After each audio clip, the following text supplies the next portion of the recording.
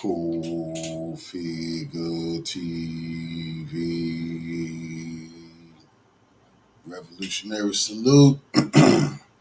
Revolutionary salute. Like, share, subscribe. Welcome to the House of Revolution. You know I'm your humble host, the Y'all Mean of Revolution. F around and find out. After young black girl is jumped in Queens, foundational black Americans, B1, and the YNs, they all show up to confront them. Before we get into that, be sure to wipe your feet. That means hit the like button. You in the House of Revolution. Like, share, subscribe, support the platform, y'all. Well, this is a great day. It's a new day where you won't be jumping on anybody, especially on our young black queens or any of our queens, without being confronted. Revolution is televised. Let's get to the content. Salute, queen.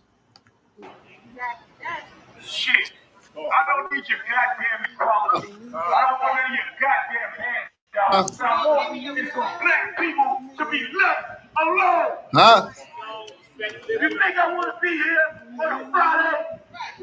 My daughter's in Cold Spring, California. Jada McPherson, the lady that got jumped over the parking spot in New York, she finally speaks out. This is what she had to say about the incident. I couldn't tell that I was getting hit in the head and everything. I was just trying to defend myself at the time to pull my head. That was their main agenda. Like it's 3 against 1, and I'm like 130 pounds barely. The guy, he came and put a garbage can behind my car to like prevent me to park. I circled the block like 3-4 times. I came back and I'm like, it's been like 30 minutes and you're still here. No lie, I called her an immigrant, but she called me a slave and she called me a monkey. Is this not considered a hate crime? They called this black woman a slave and a monkey, then proceeded to attack her, right? If she was any other race, they would have never used those terms. So this was very race specific with these racial slurs. And reports have it is that these people are part of the ABC community. So they have no problem with using racial slurs or becoming physically violent with a black woman, which is also part of and that's why we went through a block party in front of their goddamn house. Yeah. That's why I went to their neighborhood and threw a block party. Where are they at? We gonna be having plenty of block parties right there where they at till we get some damn justice. This is a new day. We've been warning these people. Don't fuck with us. We love our elders. We ain't the 60s, not the 70s. They ain't in the 2000s. 2025. And we've been showing the whole motherfucking world, boy, social media is a blessing and a curse. It's a blessing for us, and it's a curse for the people who fuck with us. Marginalized group, right? And it's just disheartening that no one intervened in this situation. Real quick. Because of this incident, this woman don't even want to advocate for herself anymore. They kind of like took all her self-confidence away, right? Check this out. I came on here and said that this young woman got jumped in Queens over a parking spot. Gary, why are you writing me talking about what did she do before the camera started? She was looking for a parking spot. New York, it's your girl Diamond. This is the Dime on Crime, and this is your update. I wasn't even trying to fight, honestly. They pulled one of my braids out. She didn't have to explain herself. She ain't been humiliated. She didn't have to explain herself because she was trying to fight them even after they had jumped on her and they run away. But they poured gasoline on a fire. They just don't understand what they did to themselves. They don't understand what they did to themselves. I'm so proud of my brothers and sisters in New York because we know they outnumbered by a lot of immigrants. But the way they threw that block party, they didn't give a damn. See, we not giving a damn. When you do like shit like us, like that, you force our hand, and you're not gonna like the results. All right, so boom, let's get into it. So 21-year-old Jada just got off of work and she was looking for a parking spot. When Jada finally found the parking spot, a man ended up putting a garbage can in the open parking spot, so she was unable to back in and park. I told y'all after the man put the garbage can, the revolutionaries, they went over there and they just made their noise, did their thing. The YNs is the one. I don't want them to do that, but they not listening to me. They're gonna go through there and they're gonna fire some shots, man. People get moved out of that house, but you shouldn't have did that. You shouldn't have did that. The YNs, they not living by the laws, in the parking space, Jada decided to find another parking spot. Now, after 30 minutes of driving around, Jada could not find another spot, so she decided to spin the block and go to the initial spot that she found. Jada got out of the vehicle and then started to move the garbage can, and that's when she was confronted by Andrea and Sabrina and was told not to move the garbage cans. An exchange of words happened where Andrea and Sabrina ended up calling Jada a slave and a monkey, and that's when Jada fired back and called her an immigrant. Neighbors have come out. Monkey. Slave. This is the protesters who protested ICE. You see this? See, they shouldn't have did this. Because now we really want them gone. Now we really, now you have got to go. Ice is you're gonna turn yourself in. We're gonna make it so ice is you begging to see ice. You're like, man, it's not good for you. No, it's not. No, you overstayed your welcome. Out and stated in their We slaves? Okay, cool. interviews that Andrea and Sabrina's family has been saving and holding parking spots for years. It has now come out that the mother-daughter duo is now facing assault charges over the parking spot. And they are still looking for the man who also jumped into the fight. And that was a mother and two sons. I don't give a damn. Y'all talk about the other son had transition. That's a boy too. We're not playing those type of games. That boy ran over there and started jumping on that young girl for the motherfucker hormones and shit. Attacked Jada. Jada has stated that she recently moved into Ridgewood, Queens, and she's no longer interested in living there, so she's trying to move out. Now, holding parking spots is one thing, but fighting over the parking spot literally is insane. New York, it's your girl Dime, and you just clocked in. Don't forget to text me in the comments. You just clocked into the Dime on Crime. Later. Say what you want to say about New Yorkers and people who live in New York City, but when something like what happened in Queens, where this young lady got into an entire brawl over a parking spot in Queens, an unhinged mother, Andrea Demetrio. Queens ain't had no choice. Shit, man, where Noah's at? Hey, man, we got where's Supreme Team when you need them? Damn, killers. So you redeem yourself. Shit, this is the start. You got to do shit like this to redeem your motherfucking self, and I'm proud of them. Go throw. That lady there. They threw a block party in front of your goddamn house. Barbecue. You can't get none neither. Come outside. And her daughter Sabrina Starr and one unidentified male. Side note: I thought the daughter was also a guy, so I thought it was two guys and the mother. But turns out it was two women and the unidentified guy. You start to see how the city actually comes together, because watching that video is like, y'all not serious. Y'all fighting over a parking spot, and then y'all decide to jump her over a parking spot. They decided to jump Jada McPherson over a parking spot. Now, I'm seeing videos before I understood what happened. I'm seeing videos of people camping outside, and I'm like, what's going on? There wasn't no damn parking spot. See, that's not a lie. See, when they used to lynch our people, they whistle at some white. It's always excuses why you try to beat us and kick us. Oh, hell no, you done it because you called us a slave. You got anti-black hate in your heart. You hate us. You hate that we do everything with ease, and we refuse to lose. We won't give up. All that hate just eased out. But no damn parking spot. What was the reason? So if they're jumping her about the parking spot, what's the reason all of the other anti-black neighbors was just watching and standing around? Huh? Did she try to get their parking spot too? Man, get the fuck out of here. No. They're showing the parking spot. They're showing the camera. So I did some digging. The good news, the mother has been charged. The daughter has been charged. Now, they're still looking for the dude who placed the trash can there. And right now, he's probably ducking. I hope Jada is doing... We're going to see if that... All right, let's see if that make me open an investigation. Is that a daughter or that a trans? Because the word on the street, the word I heard was that was a trans. And the way they was jumping and kicking and leaping, that ain't no... What? That wasn't no girl, man. We're not trying to slander anybody here. Well, it looked like two dudes and their mother to me. It looked like one of them had transition, man. Serious business.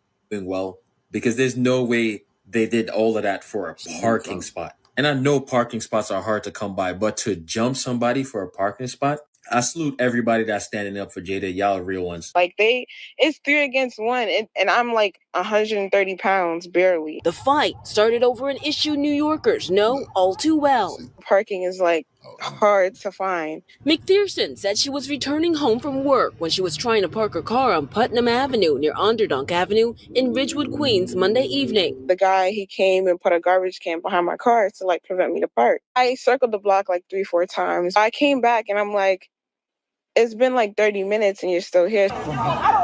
A verbal altercation with the man and 2 other women police identified as Andrea Demetrio and Sabrina Starman. I'm not gonna lie, I called her an immigrant, but she called me a slave and she called me a monkey.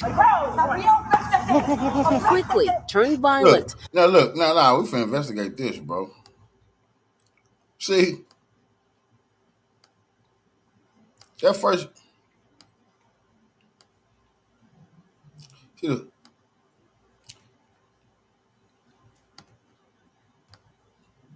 So they saying that woman got a beard. That woman got a beard. And it's damn sure another motherfucking dude who run up after him. What are they? I ain't gonna stay on that point. But that is a man. Quickly turned violent. Medics treated McPherson at the scene and arrested Dumitru and Starman. Neighbors say they are family, and there have been issues with them holding parking spots for years. It's not worth fighting. But across the street, with the garbage cans there trying to hold the spot, he sits there monitoring it, and that's what happened. I heard voices and looked out the window and saw arms. We don't give a shit what none of y'all got to say. Y'all watch that black girl get lynched out there. Y'all didn't do shit. That's fucking pathetic. Where's the good guy with the gun? See, this is disrespectful. We had nothing these dudes got to say. I don't want to hear how horrible the family is. They always been doing that. They doing this for years. Oh, how many other black people they lynched right there? How many other black people you watch get jumped on and beat? If you're coming home at rush hour, it can take up to an hour. Get a good look at this fucking coward. Didn't do nothing. Now here you is. What did he tell you? What are you some tough guy? Get the fuck out of here. You look like you was in on it. Hell, you look like one of the assailants. God damn it! Ooh, get a good look at this motherfucker. Because the victim, the criminal always come back to the crime and get a look at his work. Look at this motherfucker here. If it wasn't you, that's serious business, boy. When we turn that corner, heads or tails, boy, we're gonna flip the coin. Whatever it heads, that means it was you. Tails, it wasn't you. But this coward, now he don't want to get on the news and get some Facebook friends and shit like that off this black girl suffering and tell us how bad the people from across the street is and how they always been doing this going back for years. What a joke. Hour to find parking. McPherson says she's ready to put this tragedy behind her and has even found a lesson through it all. It gives you a different look at life. Like, you understand what I'm saying? Like, certain things, you just have to, like, let it be. Police have charged 45-year-old Andrea Dumitru and 21-year-old Sabrina Starman with assault. Authorities are still looking for a third individual. In Ridgewood, Queens. Y'all remember the lady in Queens that was jumped over the street parking incident? Well, justice was somewhat served for her, and justice was served by none other than the YNs, okay? There's a video, I reposted it, it's in my repost, of them holding down one of the guys in a car, a whole bunch of YNs holding him down. You can see their hands, and they tied him up with the seatbelt. Very creative, okay? Tied him up with the seatbelt, and they have a torch, like a lighter torch that looks like a pew-pew, and they got it to his head, and they said, we're going to torch him every time. Every time they see him, every time they go up there, they're going to torch him, and I love that. I love that the YNs are taking a stand. Oh, look, the YNs came got some street justice, man. I told you, you can't control them, man. We've been warning y'all. Then they get a little revolution in their goddamn mind. You point them in the right direction, then you get this. The YNs went back to saying capture one of the assailants, tied him up. She said, torture them. We know we're not for torture here, but that's what they did. Torture them. Let them know every time you touch one of ours, you're getting this. Ooh, that's good news we can use. Putting justice into their own hands, but maybe you should take the video down. Take the video down. I don't want to see you get in trouble for this. And I'm sure that since you posted the video, you don't even care. You guys, what, lady? The YNs and they self-snitch. We don't want the YNs to get in trouble. That's heroic deeds. And we already said if they go to jail, we're going to send them something. We're going to send them something, make sure they all right, because they did a heroic deed. These youngsters are spinning and posting that shit. They're going to make a rap song about this. I'm gonna stream it. What are you talking about? It's going to be number one on iTunes, Apple Music. I can't wait to hear the details of what happened. That's real revolutionary music. By the time they did something right, man, capture one of the assailants, tied him up, tortured him. We're against torture here. YouTube community guidelines. We definitely are not for that. But the YNs, they known for posting their work. Yeah, that's something they would do. don't care about getting in trouble. Y'all doing whatever it is y'all want to do, and you're doing a service to the community, okay? But we don't want to see you get in trouble. We need you on the streets where you can be active forever, okay? Just take it down. Take it down. Hey, y'all, listen. Oh, hell no. We out here supporting Jada. Man. This is the young. No, fucking ma'am. You don't have the right. You can't tell you. What, lady? You don't get to tell them to turn it down. They're trying to defend the fucking community. Now, that's the right thing until we clean house. We got to make sure all of the anti-black hateful people is dealt with and moved around. Nobody relaxed. And the YNs know. Y'all roaming the street doing other BS. Now you have something to do. You have an objective. You become legends now. Keep doing what you're doing. Good work. Young lady that went through an ordeal that she shouldn't have to go through over a parking space. Look at this beautiful woman. Well, women, all beautiful women, but they jumped on her. We got to protect the black woman. You see what the shirt said? What the shirt said? Protect black women. Protect this black real women. Right here. This good work, bro. This legendary shit, man. People, I hope they taking a look. We're not playing with y'all, man. Y'all think y'all tough? Y'all think y'all tough? All the tough ass stories y'all telling about torturing and doing stuff to black people. We see what you did to that girl, and then we seen the YNs come get some. You trying to run? What you running for? Where you think you going? They fast, boy. They could been running track. Where you think you going? Nobody helped you neither. Yeah, I know they didn't. They can't help themselves when we pissed off like that. Who will help you? And this don't make any sense. Yeah. So we came out to support her. This is her family. She came all the way from Mass to come. Cousin came all the way down. Ain't nobody got pray to do for with this nothing. queen, y'all. We getting pray away a with few shit. moments This ago. social media Pray era. for her. Pray that she gets the guidance she needs. Pray that she gets any mental health coverage she needs. Just pray for it, y'all. Yeah. Pray for it. Don't leave. Well, you're gonna leave your opinion anyway. But the main thing is pray for it. And pray that justice is served. That's right. Over a parking spot. Anyway, we love you, Queen. We love all hugs. Her family. We love y'all. Yeah. And take care. And you got to care.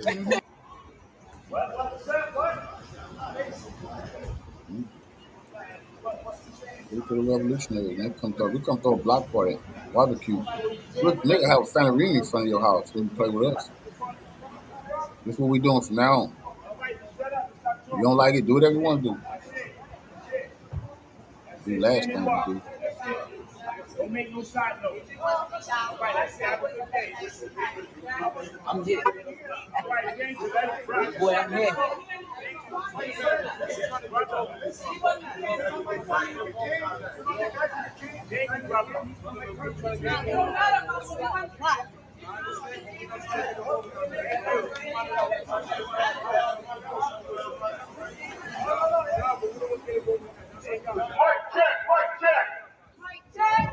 Mic check. We're here today because a black woman was assaulted. We're here. We are talking directly to you cowards who jumped one 21-year-old woman. We here now. Stand on that business. We here now. We here represent our people, and we here to let you know that if you call a black person a monkey, everybody's scared now. Yeah. Now you scared. Now you scared though. Now you scared. Ain't that your block? Ain't this y'all neighborhood? That's what y'all was able to do that way. It ain't yours no more. Oh, this ain't your property no more, right? Yeah, don't ever forget this. This only the fucking beginning of us rising up and standing up to every situation. For every action, it's gonna be an immediate reaction. You won't get away with nothing anymore. That's a fact, man. And we told you, don't do it. Yeah, now look what happened. The humiliation and the shame. We'll move you getting evicted. Nigga, like we your landlords. Because this is what we are not having. You gonna wish ICE was up today. We are not having. I don't care what neighborhood it is. I don't care where you from. You will not attack a black woman. You will not allow 3 people to attack a black woman. All black people will show up. This ain't 1950. Come on now. This ain't Jim Crow. Come on. This is 2025. Come on, man. Come on. What I did? Come on. Hey, listen. Don't you ever think that this is gonna go on like it was going on in the 60s. I'm trying to warn you. Everybody get their mind right. This is what time it is. We all talking about on code. This is what it look like. You talking about ready to go? This ain't no TikTok video. The YN showed you that. They had their phones out while they take care of their business. So don't fucking think. Don't get it twisted. Like what the fuck the anti-ICE protest? Everybody got their phone out. Oh, we're protesting. We're gonna video the revolution and let the whole world know. Oh, you talking about coming over here? Well, you can get some of this too. because it's not going to be safe for people attacking our people no more in America. That's just a fact, bro. That's a fact. And you will not attack black people and get away with it. That's over with. That's over with. Now the numbers is even. Come downstairs instead of recording us on your camera. Come downstairs. When people show up, people call the police. These people, see, right now, ain't no police there. Then later on, the police gonna come. Yeah, because the motherfucking call the police. FBA and the revolution, they just out there handling that business. And the YNs catch somebody and do what they did to them, and videotape it. They don't have to take nothing down. That's evidence that we'll do it to you. But everybody, y'all watch that black girl get jumped. Now we come take over this neighborhood of y'all. Yeah, ain't no crime going on. Look, just that fast, we cleaned up the fucking community. Nobody got assaulted. Nobody was molested. No rape went on. One assault took place. That was the YNs assaulting one of them. But other than that, no drugs was pushed. Huh? Nobody home was burglarized. Come on now. Look at the good that we did. You should be thanking us. Clean up your fucking community while we was there. So y'all can't do it. But what I saw the other day. Hey, bro, let me ask you a question. You said you've been living here for 5 years?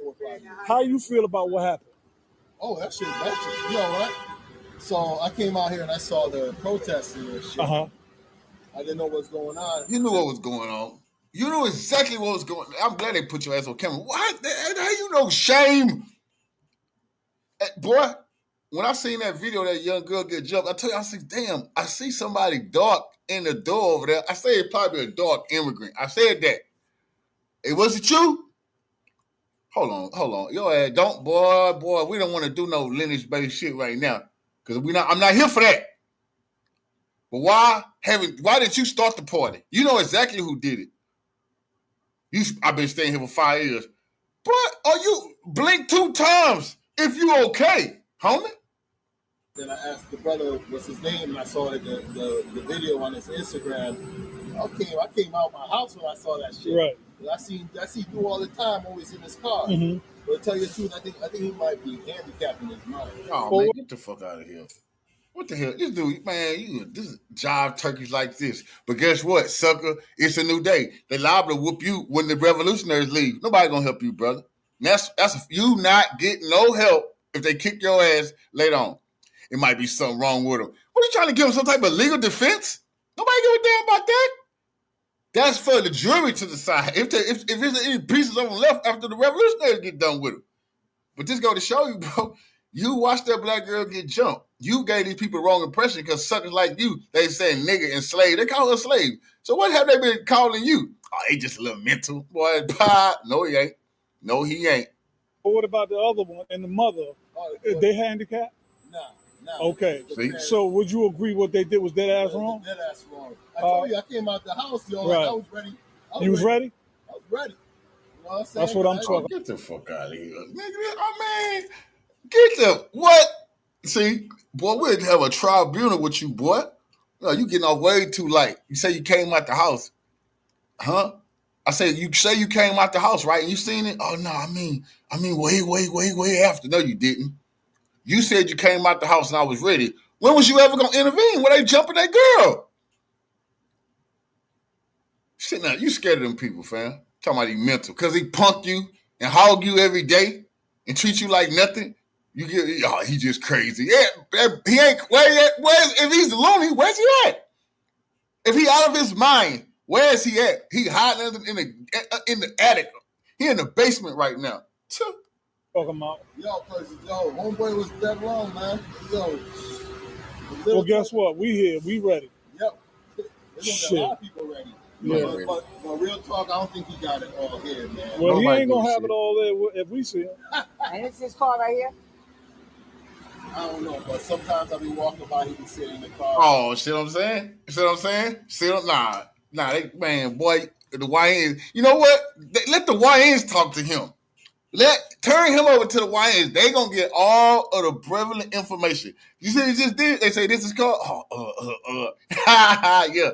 You know what they gonna do to you when the revolutionaries leave. But who cares, brother? You don't give a damn. You identify that man caught. don't know what kind of car it is. I think it's Yeah, you do. Liar. Right. Well, you heard it from the brother. He said You've he's been been staying living 5 years. 5 years. He said how wrong it is. Y'all know how wrong it is. We know how wrong it is. Y'all see what I'm saying? We're here. You know, I suppose I met a lot of brothers here, but at the end of the day, my brothers are here. My sister is here.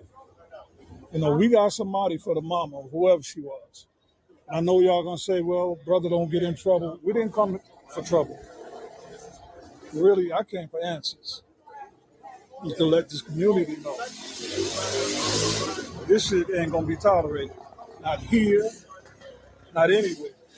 All my people from Cali that reached out, you know, Alabama, Tennessee, DC, Philly, Colorado.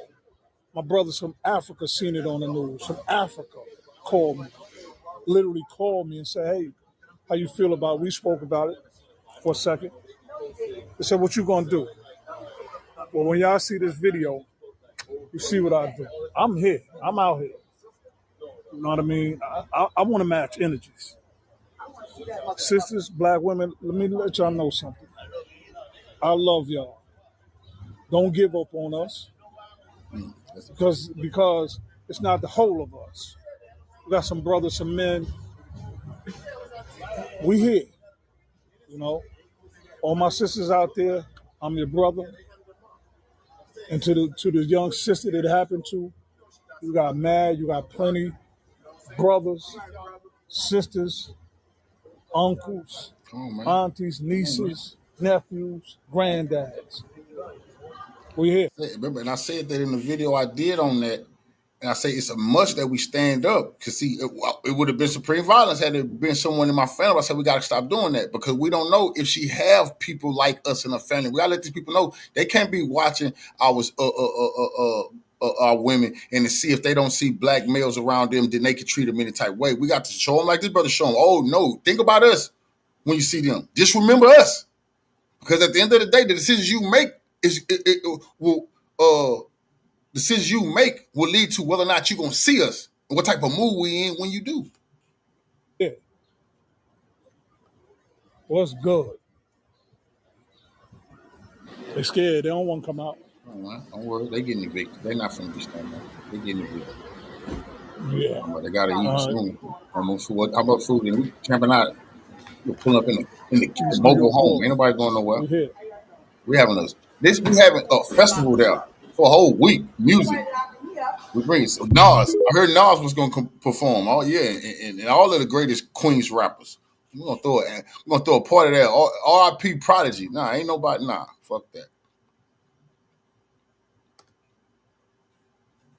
Nah.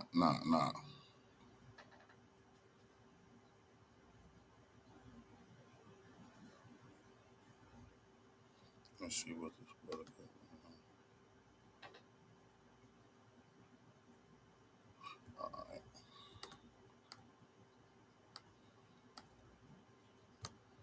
I know this put some fear in their motherfucking heart. Good. This is what they need. They need to be fearful. Can't nobody help them. No gang. I said no gangs, no cartels. I warned you. Nobody. Not only people. The government. Get your ass up out of here. But you ain't gonna. Don't call whoever. Call whoever your prison shot call is. We're gonna fucking deal with them too. I warned y'all about this, and it's only the beginning. Don't y'all dare think we fucking playing when we ain't. Revolution is a way of life. So we'll put the whole fucking block party in front of y'all house.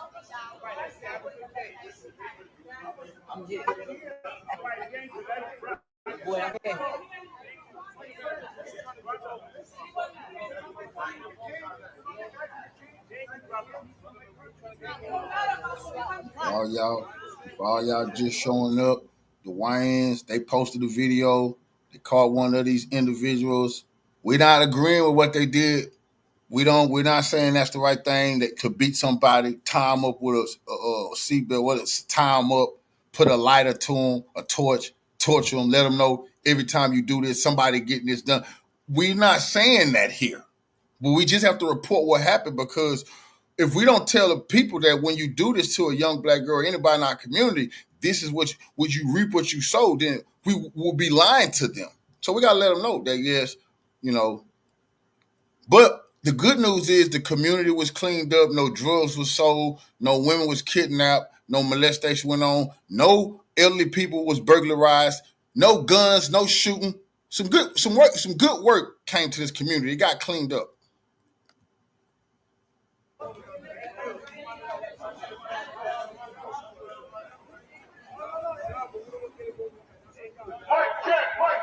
We should be grateful. Mic check, mic check.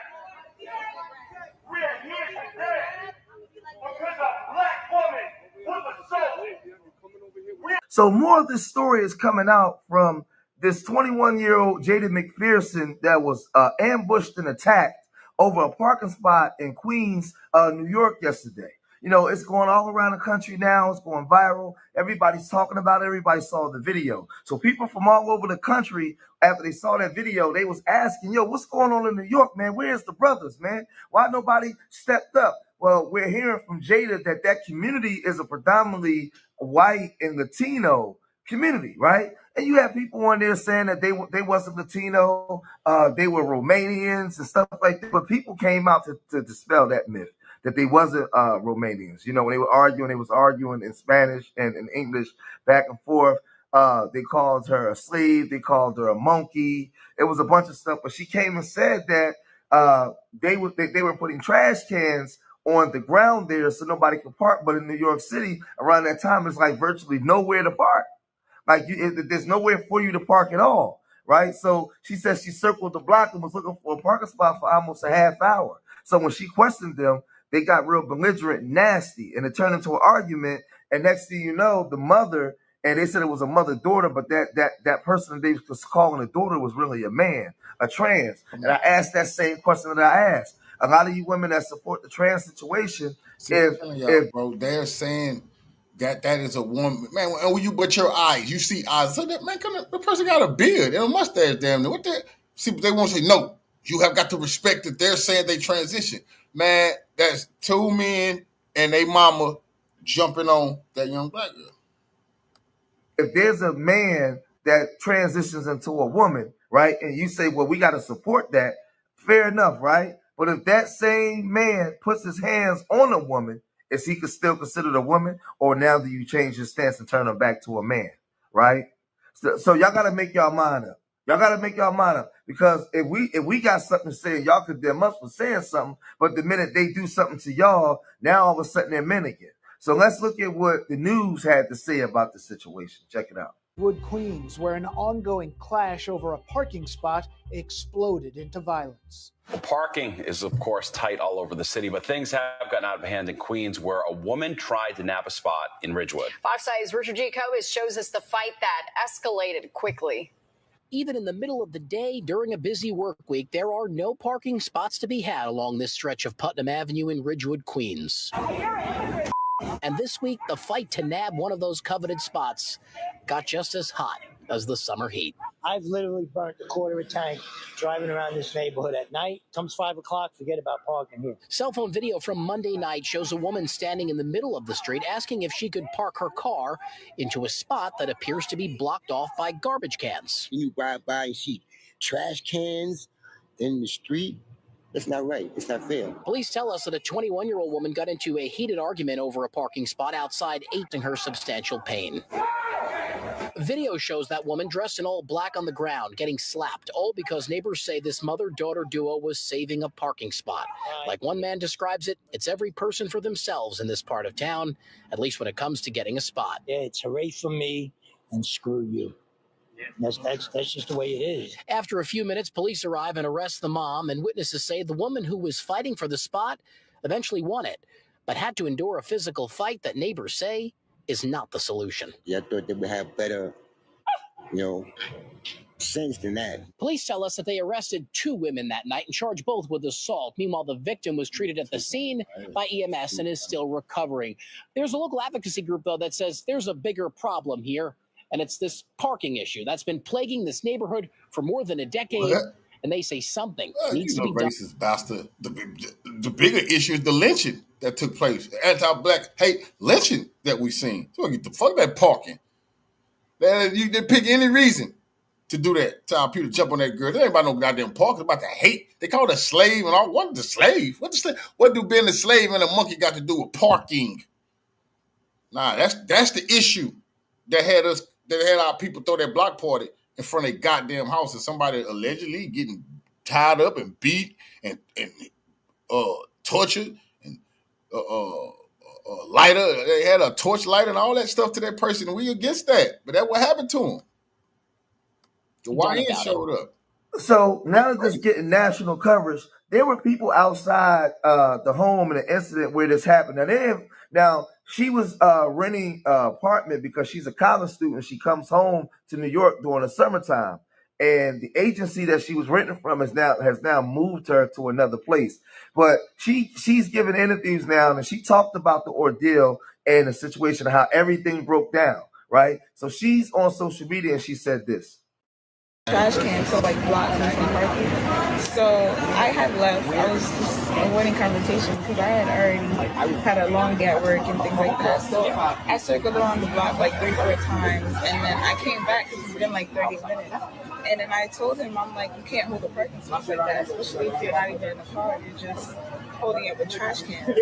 So after that, the competition grew. He got very like erratic, like very like he just became. Like it was no 0, like it was no 0, 5, 10. It was just 0 to 100. Like he blew up really fast. And then after the video actually started when the person came downstairs and they attacked me. But way before that, it was just me, the old lady, and the man arguing. And as soon as he came downstairs, he was the one that attacked me. So this has been a problem you've been having to see conflict with this family. Well, this is my first encounter with them, honestly. This is my first encounter. Oh, the day before, though, you also saw them, right? No. Oh, that's not what you're saying. I never seen them the day before or anything like that. This is my first encounter, but talking, yes. Yeah. Thank you. And wow, who's this guy? He was the only one that. And I work pretty far right now. I work all the way in Jersey because I'm off for school. So I'm just working right now. You in college? Yeah. I have What's your major in? Computer information systems. Oh, that's what's up. Yeah. So I have like a year left, and I just work for the summer, and I come here for the summer because I'm from New York. So usually I just rent out either an apartment or a room or something like that. So basically I was coming from work that day. That's why I was by myself. And I was supposed to go see my friend before. That's the crazy part. But I just wanted to go home and take a shower. And so you live like over here, somewhere in the area? Yeah, but I'm moving. The leasing agency that gave me the apartment, they saw the video? Yeah. And they moved me, like just free and everything like that. So they just moved me. So this parking spot where this black car is at, nobody was parked there. No. But it was just a trash can. Yeah. And then was it a trash can there prior to you trying to park there, or they put it there? Basically, when I pulled up and then he seen me trying to park, he basically came, put the trash can behind me and sat there. Yeah. So it's like I can't run him over. I can't so I came out and I tried to talk to him. I'm like, you can't sit there and hold a spot with a trash can. Yeah, because it's not your property. So basically, I just went around the block a couple times, came back, and then he just was enraged because I probably came back.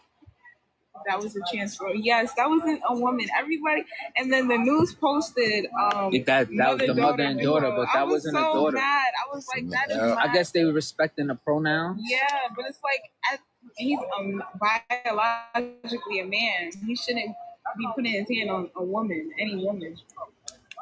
Remember, there were people from all over the country asking where was black people at, where was FBA, where was man. What did I tell y'all? Don't listen to these people, the news or nobody else tell you that there was a mother, her daughter, and then some guy. You have eyes. That's a guy. Now, whatever you say, he transitioned or put on women's clothes, whatever. You're a guy. You got a beard. I'm watching how you move, how your strength, how you handling that black girl. Come on, man. That's two guys, two brothers, probably whoever, probably his lovers. And then the woman, you see what I'm saying? Jumped on that girl, man. this happened, if this happened in Southside Queens, if that situation happened in Southside Queens, it wouldn't have went down like that. If it happened in the Bronx, it would have been different. If it happened in Brooklyn, it would have been different, right? But what we found out was that wasn't a black neighborhood. So now that people got wind of what's going on, a lot of black people came to that community and they start protesting outside that house. But what I didn't know when I made my first video was that the two people were arrested on scene, and she ended up getting a parking spot. So, like I said, it went viral. But the two people that ambushed her, they ended up being arrested, right? But nonetheless, black people were out there protesting because when it happened, there was no black people in the vicinity to even help her, right? So, because that's not a community where we frequent or a community where we live at. But brothers and sisters came down and stood up for young Jada. They were out there doing this. Because a black woman was assaulted. We are here today because a black woman was assaulted by 3 people right here in this very spot. And only one person in this whole entire neighborhood did something about it. We find that to be highly problematic. We are talking directly to you cowards who jumped one 21-year-old woman. We here now. We here now. We here to represent our people. And we here to let you know that if you call a black person a monkey and assault them, we will bring the entire zoo to your front door. Goddamn right. This is what we are not having. We are not having. I don't care what neighborhood it is. I don't care where you from. You will not attack a black woman. You will not attack black people and get away with it. And get away with it. Now the numbers is even. Come downstairs instead of recording us on your camera. Come downstairs. When people show up to address the issue, you want to apologize. But what I saw the other day was you kicking a woman who was down on the ground. A 21-year-old woman was beat right here in this very spot. And I tell you, if it was a woman, you wouldn't have let it happen like that. If it was a white woman, if it was everything y'all did, everybody in New York would be outside right now. Well, because it's a black woman, y'all think it's gonna slide, but we're not letting nothing slide. We don't need the whole New York out here. We got about 20, 30 warriors who will stand up for black people. And that's what we're here to let you know. That if you touch one of us, we will show up. If you don't defend one of us, we will show up. This ain't Jim Crow. This ain't back in the day. You're not just gonna beat on black people. You disagree with us, I got a fair one for anybody. Straight up. Straight like that. Straight like that. Now, there's a lot of W folks and some Spanish folks that's going online saying, oh man, people trying to start a race war. They wasn't Latino, they was Romanian. They was Romanian. Now, people saw the video, and people that was there at the time heard them arguing back and forth in Spanish. They called their slave, they called them monkey, Moreno. They called all kinds of names, right? And we know that sometimes Moreno was used in a very disrespectful manner. So they called her all kinds of names, and people were there. People were saying, no, they were not Romanian. Stop it, right? There's no race war coming and stuff like that. It's just that you have a lot of Latinos that practice anti-black racism. And this is just one of them. They were in a community where it was the majority of them. They had the numbers, and they felt emboldened to do something. So they jumped on a woman, right? Now, if they was in Southside Jamaica, Queens, or somewhere where more black people are, they wouldn't have did that. That wouldn't have happened, right? They were in Brooklyn. That wouldn't have happened. But in their communities where they have large numbers, they felt emboldened. So there was a brother that heard these same lies and myths, and he came to social media, And then we hear that what they one was Romanian and Latino mixed together, right? It's still Latino. They speak in Spanish. You know what I mean? They still have anti-black racism towards black people, right? So this brother, he heard this. He came to social media and said this. Yo, I know I'm mad late to the story and even covering this. I've saw the videos for the past couple of days, and I'm just listening to the commentary and stuff like that.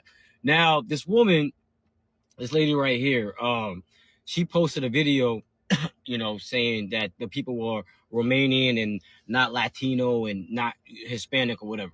And I just want to say, you know, she did hit some points. She said if that happened in Jamaica, Queens. Now, I'm from Jamaica, Queens, born and raised in Jamaica, Queens, and they would have been on all three of their asses if this was Jamaica, Queens. But it was definitely in Ridgewood. So, and I just want to say, I had a bus route. I used to drive for New York City Transit. I had a bus route in Ridgewood, Queens. Nothing but Latinos and Hispanics, man. Anyway, so yeah, so you're telling me basically a non-Spanish speaking person can learn Spanish, right? So in the heat of a moment, this non-speaking Spanish person that learned Spanish is going to bust out in Spanish in the heat of a moment of an argument. No, ma'am, they're not. They're going to speak English because that's their native language, right? Now, a person that is a native speaking Spanish person, right? They're going to bust out in Spanish, man. They are. They're not going to bust out. They might bust out in English and break it up. It'll be a breakup between English and Spanish. But either way, they're going to speak their Spanish. If you go to the Bronx, you'll hear nothing but Spanish people talking, right? But yeah, they know English. Some of them know English. But their preferred language is Spanish because that's what they're comfortable in speaking in Spanish, right?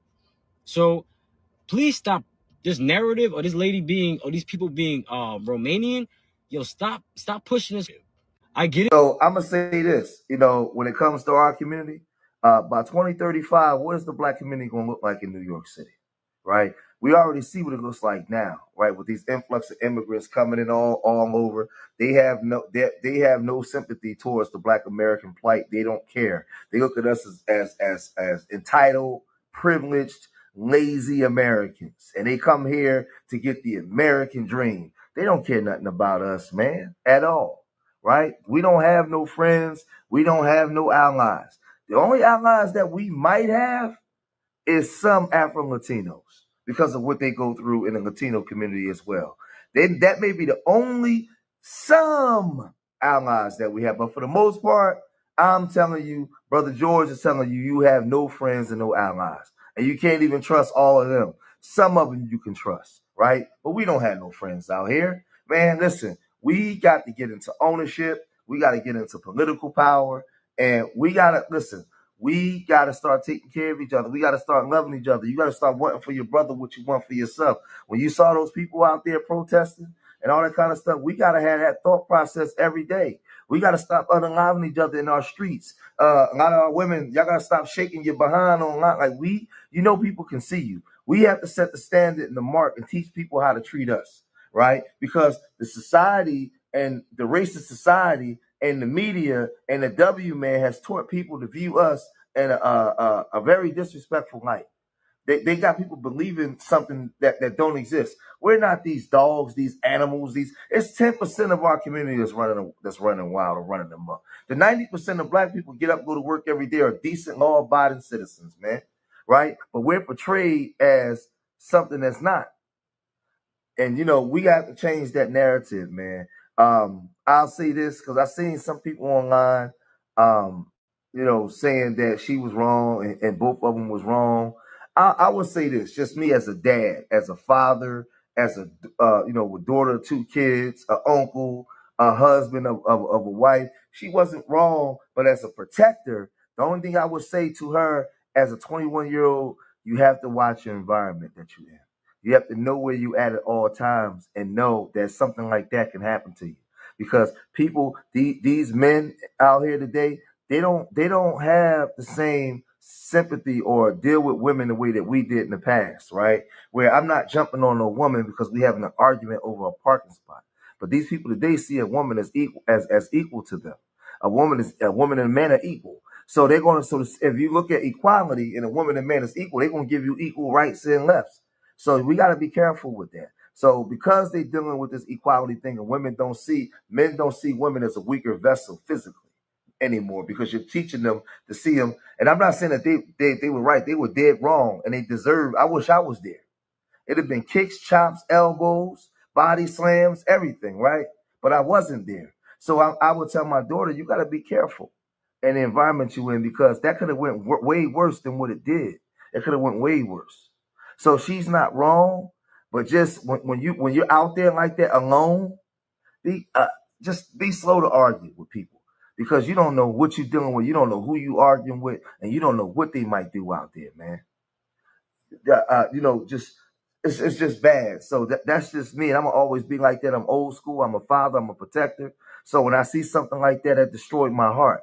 I mean, just the mere fact he putting their hands on this 21-year-old black girl, So that's something I would just tell my daughter. Just be mindful of your environment and where you at, and you got to be careful, because people out here, they won't give you a second chance, man. But we got to stand together, man, as black people, man. I'm going to cut this video short, man. If you made it this far in the video, hit that like button, subscribe to Street Media TV, leave your comments.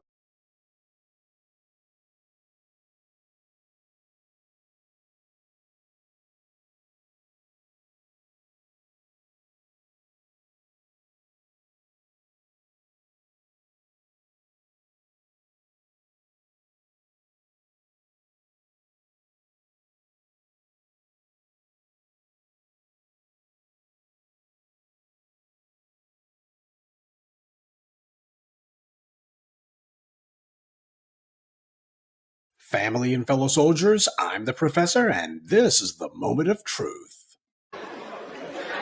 There's only two kind of black people in America today. You either running free or you running scared. How you running?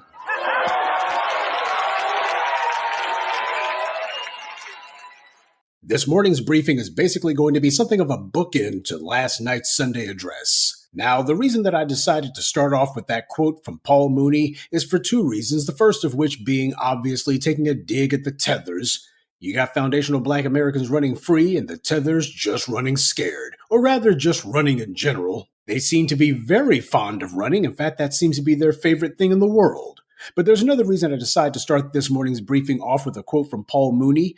Essence Fest takes place in New Orleans. And that being the case, I thought it only poetic justice to start off with a quote from a Louisiana native like Paul Mooney. Now, I gotta give a salute to Brother Tariq for helping to bring awareness to the fact that Caroline Wanga admitted that her family had been instrumental and collaborators in the East African slave trade. That's important because Dr. John Henrik Clarke said that all history is a current event.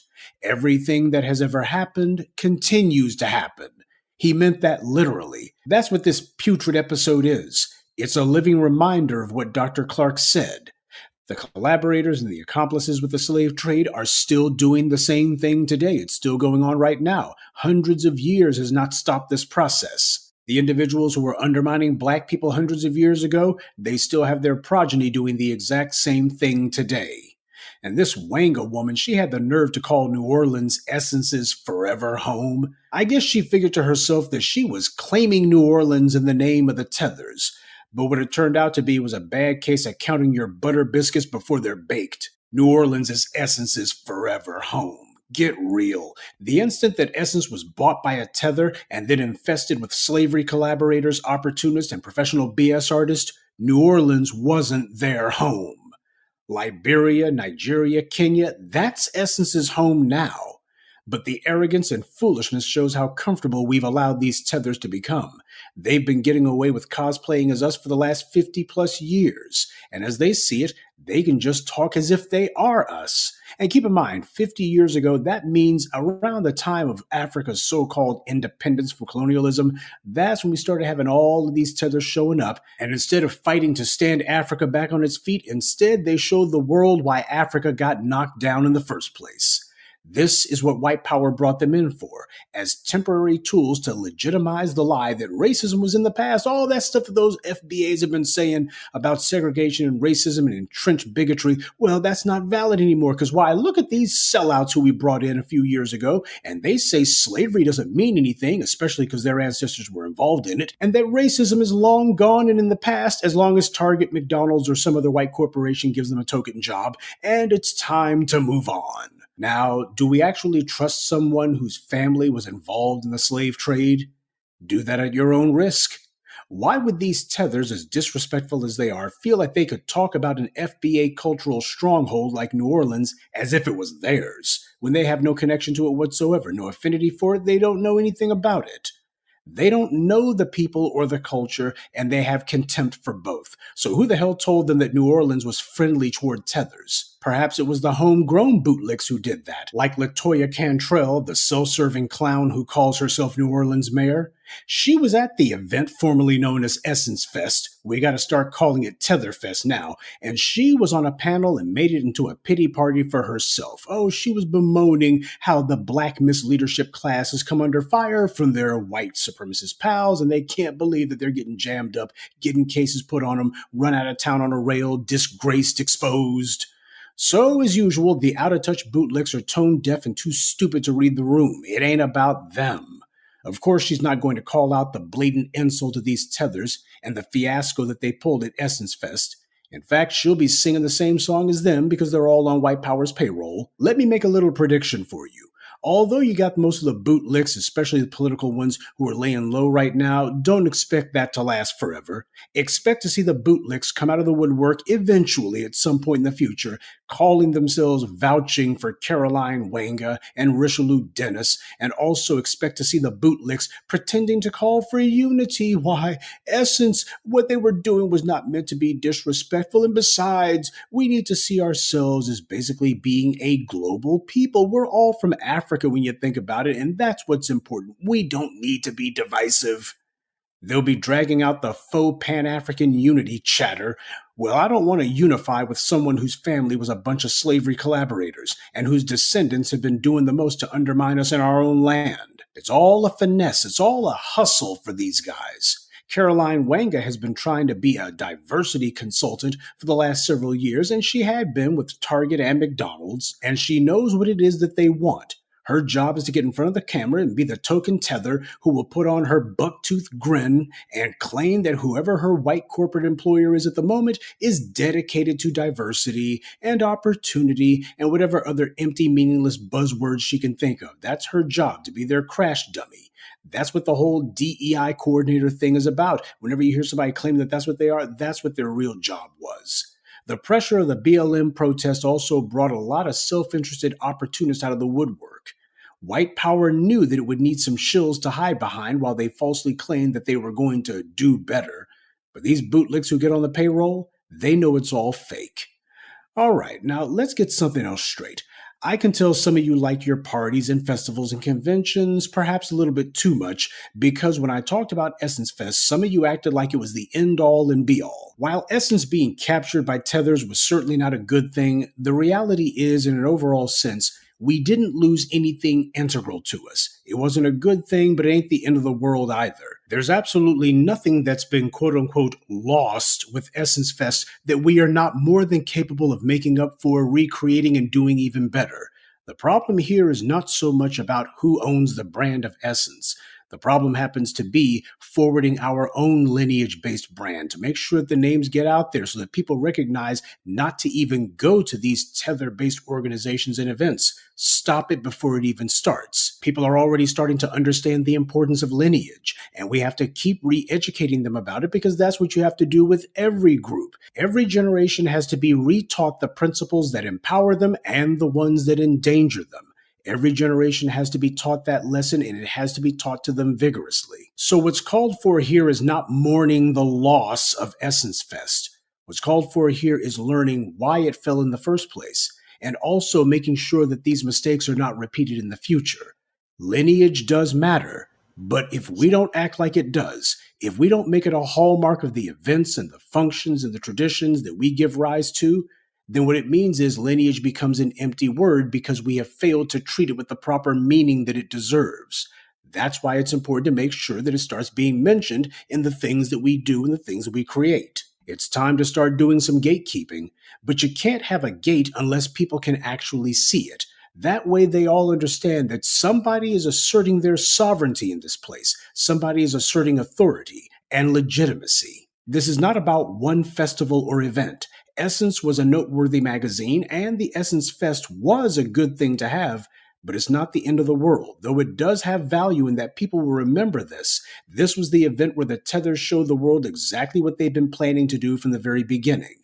And in that sense, a very real sense, what's happened here is actually very useful. It validates and confirms for everyone what we've been saying all along. We can be disgusted with what's happened with Essence, but the reality is, as soon as those guys were acquired by Time Inc., that was the end of the story right there. That was the chapter closed. Over here in the black media, we wrote off Essence a long time ago. It was blatantly obvious exactly what they had become.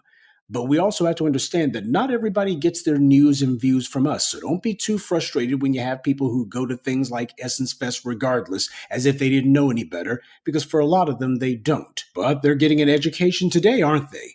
They're finding out exactly how rotten Essence has become, and they're finding out who's responsible for it.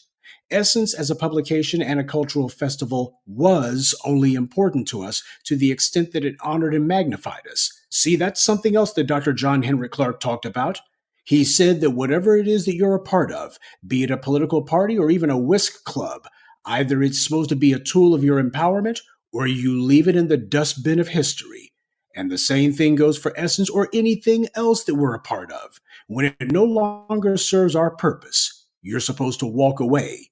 Everyone else does that. You let some foundational Black American call themselves buying some non-Black publication or even an African one and trying to hijack it in order to boost us. That would be the very last time that anyone from those other groups even looks in that direction. Everybody loves to get on code. They love to be disciplined so long as it's against us. Look, we got to be honest with ourselves. A lot of Black folks have been conditioned to or otherwise grown into the bad habits of putting money into the hands of people who have contempt for us. Now, when you have people who've been doing that for a while, they're not going to quit that bad habit cold turkey. But by consistently getting the message out there, people are going to hear it, and eventually they are going to start to get their minds right. At least a critical mass of them will. It's not going to happen overnight, but it will happen. Just look at the overwhelming backlash to the festival formerly known as Essence Fest. What the Tethers in charge of Essence are counting on is our group returning to its old bad habits. Like the Black women who decided that they were going to still patronize that Asian hair salon owner even after he punched that Black woman in front of her grandchild. And then you had fools going right back there afterwards because they had a sale on Yaki weave, I suppose. They're counting on that kind of foolish behavior because Black people have shown them that kind of thing too many times, that our memories are too short, or that we'll overlook some egregious wrongdoing against us, so long as there's some free swag in it for us, I guess. Expect the Tethers to dig in their heels and calculate that Black people will come back to Essence Fest next year if they just go ahead and make a lot of a noise announcing that they're going to be having hair care products next year, and this time around there'll be more free giveaways of Yaki weave and makeup or whatever, and they'll make sure that there's some free food this time around. Oh, and be sure to put out the word that, okay, we're not going to be trying to upsell them on any fees or play any stuff like that next year. Now, in 2027, it'll be different, but next year, we're going to try to go ahead and lure them back in. That's what they're betting is going to happen. Tether Fest has been dirtied up to the point that the white media and its bootlicks have been trying to damage control, and they've been forced to have to mention that this is a lineage-based controversy here. Tethers are being recognized as having a bad rep, so Caroline Wenger can claim that New Orleans is the home of Essence all she wants. But now that they've been exposed, she probably shouldn't expect a warm welcome anymore, because while the Tethers have been betting all their chips on white power remaining in power and thinking to themselves that we basically are going to be on defense forever, that's part of the reason why it's important that we call these people out. Enough exposure, enough pressure, enough people recognizing the Tethers for what they are, and the same way that they fled from Africa, they'll also be fleeing from places like their forever home in New Orleans also. But that only happens if our people show the persistence, if our people make it clear that we're not forgetting about these wrongs next year or any other year. We do that, and no matter how tough Caroline, Wanga, Richelieu, Dennis, or the rest of their kiss butt chorus in the bootlick media try to talk, they will have no choice but to do what they've always done, and that is to run. Except this time around, without the white media and their white corporate sponsors to bail them out, Tetherfest will have absolutely nowhere left to run. Good day, and be one.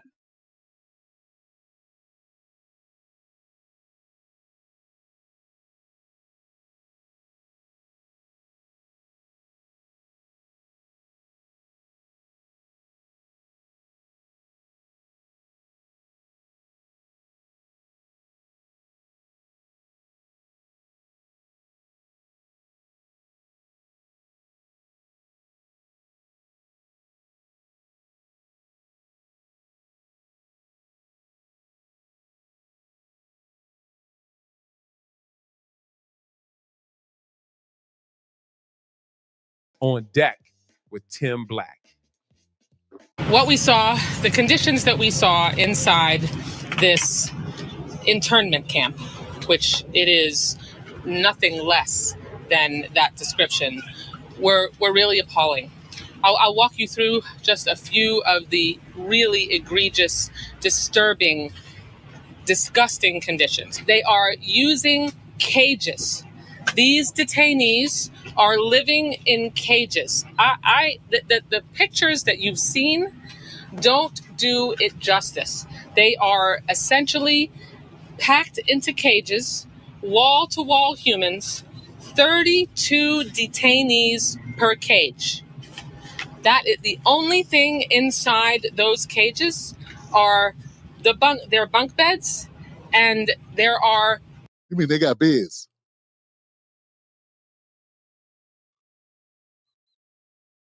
Okay.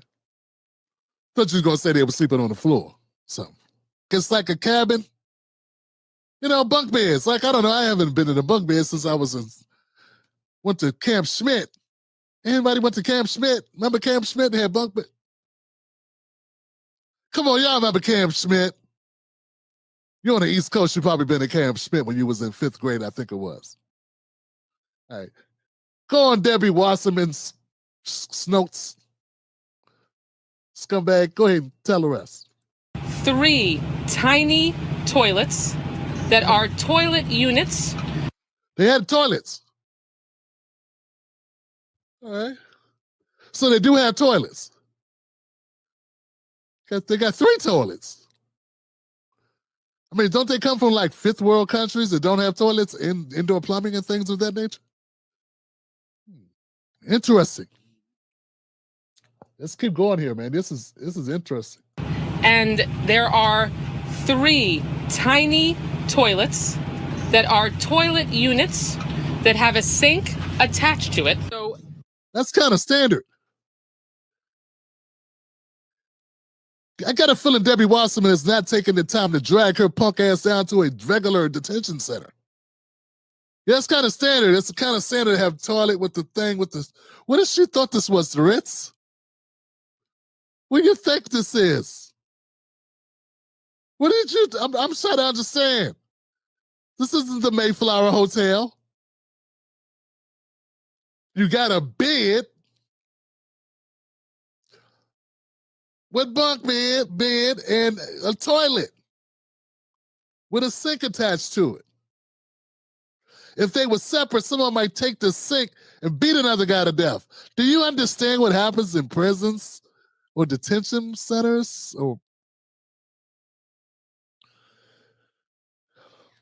Oh, this is great. Here goes a clip. MSNBC is showing the horrific conditions. Remember, this is MSNBC. This ain't Fox. MSNBC is showing you on one side what she's describing. they essentially drink, they get their drinking water and they brush their teeth where they poop. You mean in the sink, right? Not out the toilet, right? You said it was a sink toilet. Are you saying they're drinking toilet water or are they drinking out the sink? Fam, I'm confused, man. Cut your volume up so you can hear appropriately. I'm lost. There's a toilet, there's a sink. She's complaining that people are getting water out the sink. What's it? Is that liquid death? It's not life water? It's not, what is it, Aquafina or Dasani? Dasani's horrible. Ugh. It's a Dasani? Well, I get it. If it's Dasani, I get your complaint. I'm just trying to better understand, man. Put in the comment section what I'm missing, y'all. Please elevate the conversation. I need to know. They get their drinking water and they brush their teeth where they poop in the same unit. They bragged that they went above standards, supposedly, and gave them a 3-foot privacy wall that stretches the length inside the 32 detainee cage. A 3-foot privacy wall that stretches the length of the 3 toilets.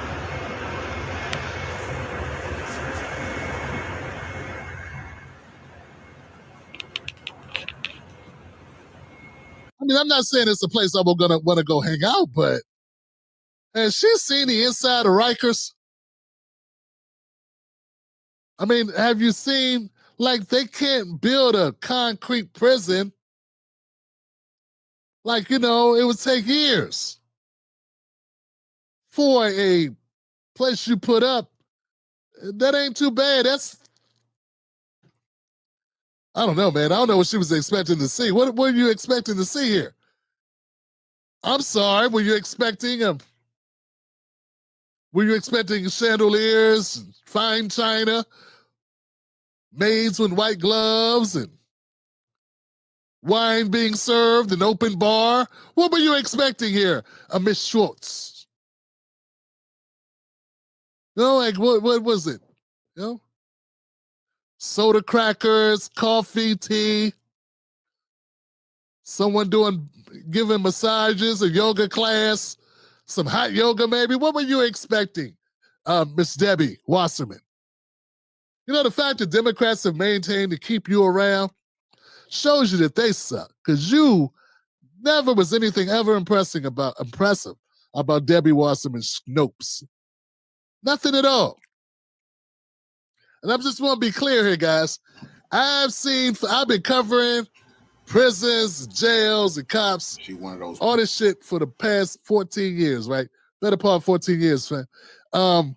That's pretty good compared to some of the stuff you'll see. Please do a search on the internet for detention centers, jails, and look at what you see. That's all I'm saying. Look at what you see. I've been in way worse. If you got a bunch of privacy, things happen. If it gets too private, Debbie, little Debbie, somebody might get a little handsy. You can't leave. You can't listen. In my experience, there's a reason why they don't let people get too secluded. I mean, the Superdome comes to mind. Those people were just trying to get out the heat.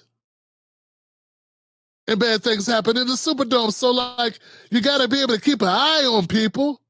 Got to be able to see them, because they're in your custody at this point. You know, see them. Like, if we could have seen Jeffrey Epstein, maybe he wouldn't have been, you know what I'm saying? Get where I'm coming from. I mean, people, please put in the comments. I need to understand this. I know it's something I got to be missing. Don't seem that bad. On deck with Tim Black. I mean, bottom line is, you know, from the day one, I've been doing this job since 1984. Detainees complain about the conditions of detention. And I said this many times. You can simply go to ice.gov and look at the detention standards ICE has. They have the highest detention standards in the industry. But these same congressmen are complaining about alligator Alcatraz. You didn't see them complaining about, under Biden administration, people being held in a Border Patrol parking lot surrounded by a fence in the sweltering heat. Not a word. You didn't hear a word about 500,000 children being trafficked in the country and them not being able to locate 300,000. President Trump, this administration is finding thousands of those children. So, you know, they have a lot of anger under President Trump on how we're doing business, and they ignored 4 years of open borders, historic migrant death, historic Americans dying from fentanyl, historic numbers of women and children being sex trafficked, historic number of people on terrorist watch lists coming across the border. Silence, because they're complicit because they didn't take the administration on and ask them to secure the border. You can't have strong national security in this country if you don't have border security. We got to know who's coming and what's coming, where it's coming. But instead, they kept silent and they kept feeding the American people, we have a secure border, and we did not. Next on deck with yeah, you know, man, Holman has been been around for a long time, worked with Obama, worked under Obama, worked under Trump again here in his current administration, and that's a straight shooter. You might not like what he's shooting, but he's shooting it straight to you. And the conditions under Obama's reign were much different. You know, I got people that are so locked in, man, that's saying Trump's the Antichrist. They don't realize America's been pretty much garbage for a long time, particularly on this issue. I mean, our immigration reform has been needed forever, and people don't want to reform it because, you know, money in trying to win elections. But I get ticked off because, first of all, I'm advocating for Black Americans to get a slice of the pie in America. So sue me, I'm already an odd man out. I'm looking at the numbers but people keep saying that Trump is mass deportations, mass. How unfeeling, how inhumane, how barbaric, how draconian, how vicious, Hitler style. I hear all this, and I look, I say, well, he's been deporting. Guy's been deporting 14,000 people a month since February. Like, damn, that's a lot of people. That's a lot of people. Johnson, that's a lot of people. Then I compare it to Obama. He was deporting, at his highest points, he was deporting 36,000 people a month. I don't know if people realize it, but 36 is a lot more than 14. And guess what I didn't see when he was doing it? Because I was doing this then. I didn't see y'all complain about it. Just like y'all didn't complain about people living as Holman pointed out, in the heat, in a tent, on the concrete. They got a bunk in a sheltered environment. You're still complaining. But when it was tents on concrete, people were quiet. And it was almost 3 times as many people getting deported. And I know Trump's got all this talk and all this focus on it, but remember, that's the media. They're the ones saying this, oh, it's historic, these numbers, oh my God, it's disgusting, all these people getting thrown. It's like, well, hold on, man. How the hell did Obama put out 36,000 people a month and all of them was criminals? They weren't. That's why he tried to save his face by doing DACA to help the children of the parents he deported.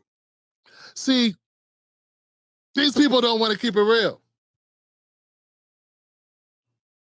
It's as if you can't have an honest conversation with them because they don't know, first of all, they don't know anything because they watch MSNBC and CNN. They never decide, hey, maybe I should look beyond that.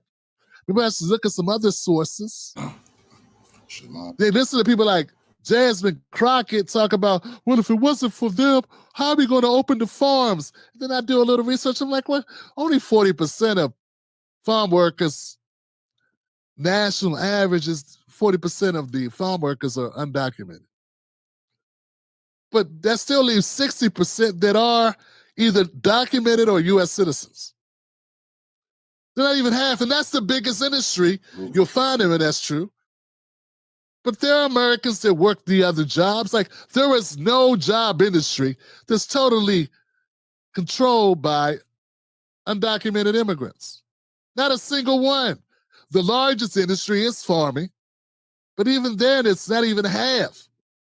So this idea that all the farms going to go away, It's like, well, if all the farms go away because you weren't employing any Americans, you need to go away. Now, what's going to happen is, if you are a person who's documented, remember, there are a lot of Latinos who are American citizens. Guess what's going to happen for them? Well, they're going to be able to demand higher pay, aren't they? You know, all of a sudden, see, everybody's focused on the negative. No one's talking about the positive. So let's say in the construction industry, for instance, they were employing people that couldn't really complain about treatment or hours or pay. Now they got to employ people that can't complain and people that have the ability to say no. Guess what you got to do? You got to pay those people. What about feeling good about all the Americans who paid into this system getting decent pay? I don't hear all these people, I'm not hearing the rising. Yeah, I'm not hearing the rising. I ain't hearing Sager and whatever, what's the name? I forget the name. I don't listen to him like that, but I got a feeling my spidey senses are telling me that the crystal ball is broken. We ain't doing much fortune telling. And they ain't talking about all the Americans who are getting better pay now because of this. You know what I'm saying? Like, those people paid into a system. And they continue to pay in a system. And they've been locked out of certain industries there's a percentage of Black Americans who have been locked out of certain industries because they rather hire people that are bilingual.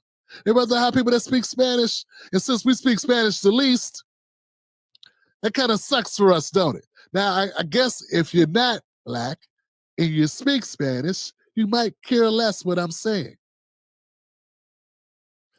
I'll be honest, man, I took Spanish for 3 years, and I'm still poquito español hablo.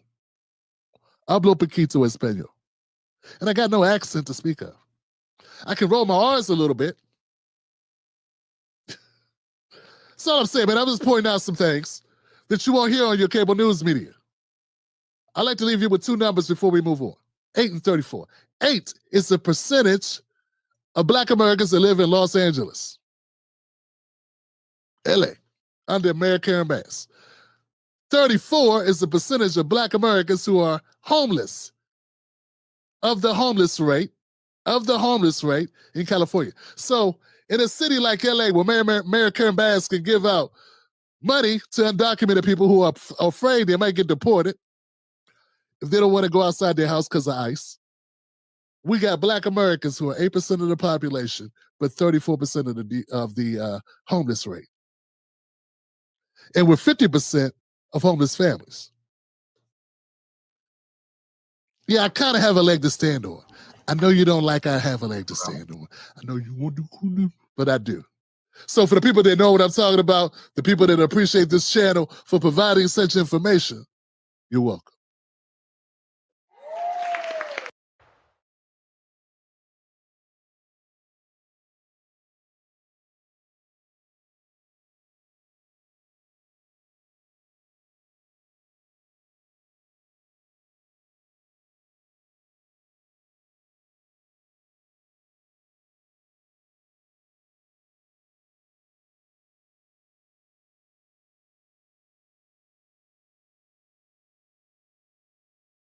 And the Democrats have did it again out in Culver City, California.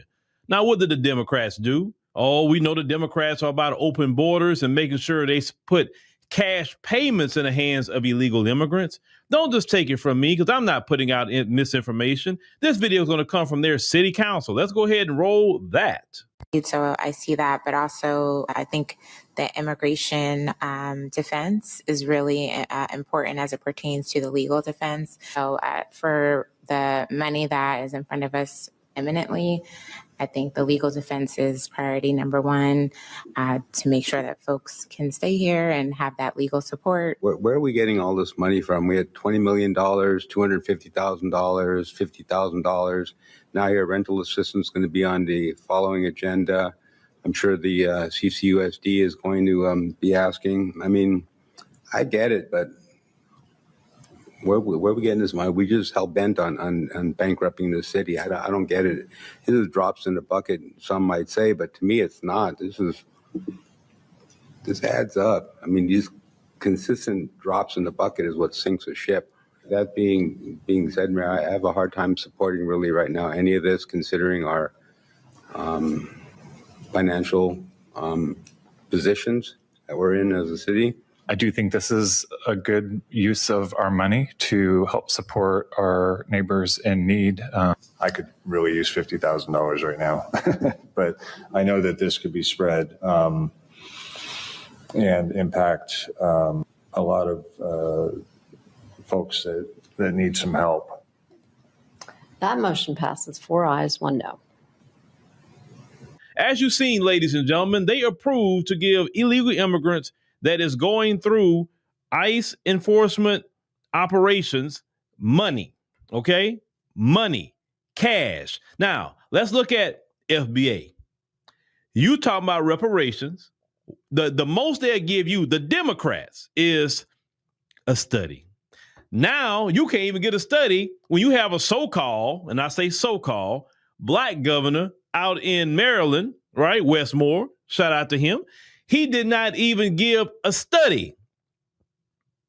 So in California, they're doing cash payments. They didn't tell them we need to do a study to find out how much. We need to have a commission, and this commission need to last a year. We need to bring in all these experts. I want you to see, Black Americans, how the Democrat Party constantly treats you versus how they treat them. Clearly, as I told you, and I've told you many times before, the Democrat Party has open border policies to displace you and to make you politically irrelevant. That's what the Democrats use immigration for, okay? And I have not really been on the Democrats for a while. If y'all noticed this, right after the election, I kind of left them alone. But now I'm seeing the Democrats have not changed their wicked ways. The Democrats is still extremely hostile to Black Americans. They know that we do not approve of them giving all this cash to illegal immigrants who isn't in this country legally and don't have no rights to it. This is taxpayer dollars that they're giving them to them. But when it comes to us as reparations, where you get white folks at? They always got your mouth running about reparations. I'm not going to pay. I'm not going this, but you're going to pay them illegal immigrants in Culver City. You're going to pay them. All your tax dollars going to go to them. You understand? And they're going to take that money and they're going to be sending that money to wherever country they come from. That's what they're going to do. At least with FBAs, when we get money, we spend it right here in the United States. We don't have no other countries to be sending money to. We don't do things like that. Now, maybe we have a family member or two that lives abroad, maybe, some military service member in our family. Okay, cool. But we don't do that. See, Democrats, I'm going to tell you this. This morning, when I saw this video last night, I was like, oh no. So Democrats, I'm telling you, I didn't went to the farmer's market. I didn't bought my seasoning. Okay. I got my seasoning. It looked like I'm going to have to get back in the kitchen and start cooking again. Start cooking you again. I was cooking y'all every night during that election. And some of y'all was crying. Oh, Phil, why are you always talking about the Democrats? This is why. This is why. So Democrats, I got my seasoning, but it's different this time. Now, Democrats, I'm going to warn you. Not only I got my seasoning to cook, you're going to get cooked by a human, which is me. I'm a human. And you're going to get cooked by LaSherica, which we know she's artificial intelligence. So you're going to get cooked both ways, okay? I'm going to cook you at 7, and she going to cook you at 8. So that's going to be bad. 2 hours of just hell for the Democrats. That's for sure. And the Democrats don't even like how LaSherica cooks already. And you don't like what I do. See, listen, I'm here to defend Black people, and I'm going to use humans, artificial intelligence, and anything else to defend Black people, okay? I'm letting you know that. Anything that I can do to defend my people, get the message out, or whatever, I'm going to do it. Because this is a slap in the face to all Americans, to be honest with you, but for sure, Black Americans who just had a California Reparations Commission and the Black representation helped block the office to be created who's determined to get reparations. They played games with Black Americans for a freaking year. with a commission. The commission did what they were supposed to do. Say, hey, this who needs to get the money. This how it needs to be done. And you blocked it at the end. But when it comes to Culver City, oh, no commission, no study, $50,000. Now, the one gentleman said, well, you know, where is money going to come from? He said, it may not seem like a lot, but where's it going to come from? And what that gentleman was saying is, it's basically the slow bleed.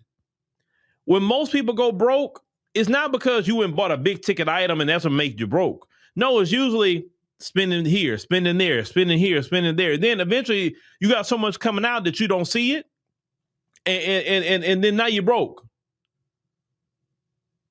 But as you saw, that measure passed. It passed. So taxpayer dollars are going to go to illegal immigrants, not Americans, not our homeless in that city, not veterans, nobody, no Americans. See, Democrats, how do you think you're going to win elections?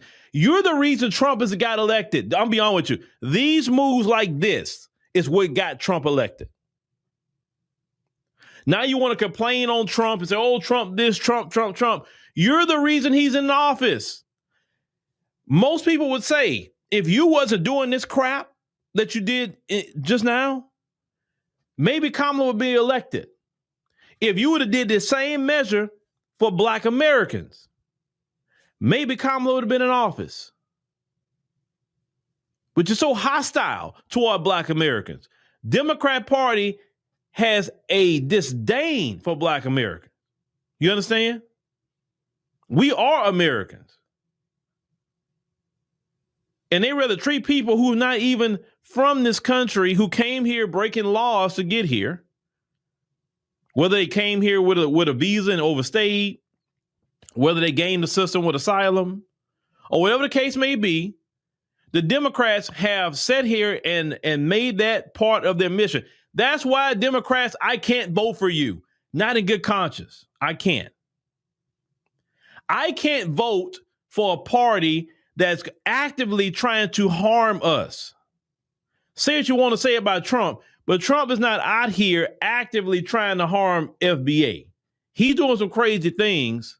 And yes, we may suffer in some collective mindset, but really, actually, folks suffering a little bit more with Trump than we are. But the Democrats do things that they know what Black people are demanding, and they go do this anyway. And I want you to see your Black representation, Black people.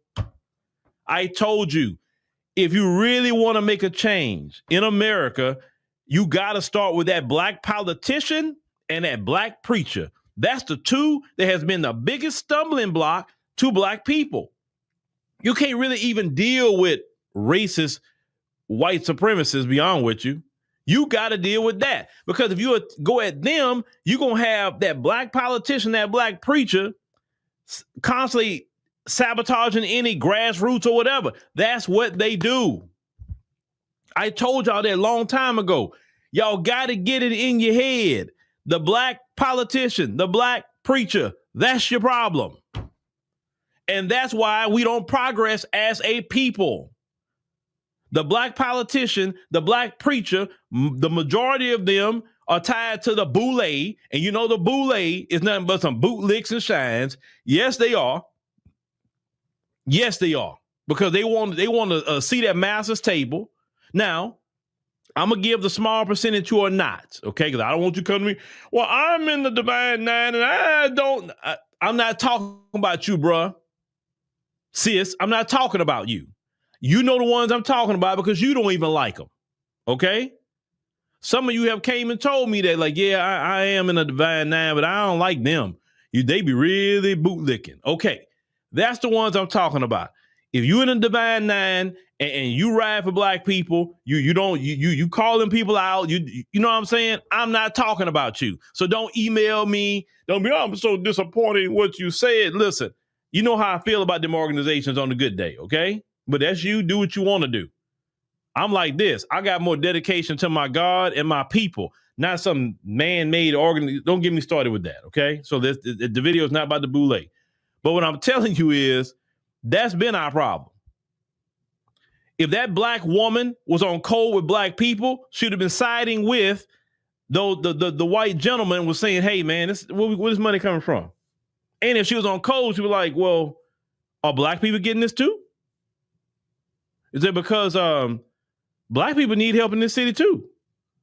You know, I mean, black people trying to get reparations. Like, what is this? This is like a little form of reparation.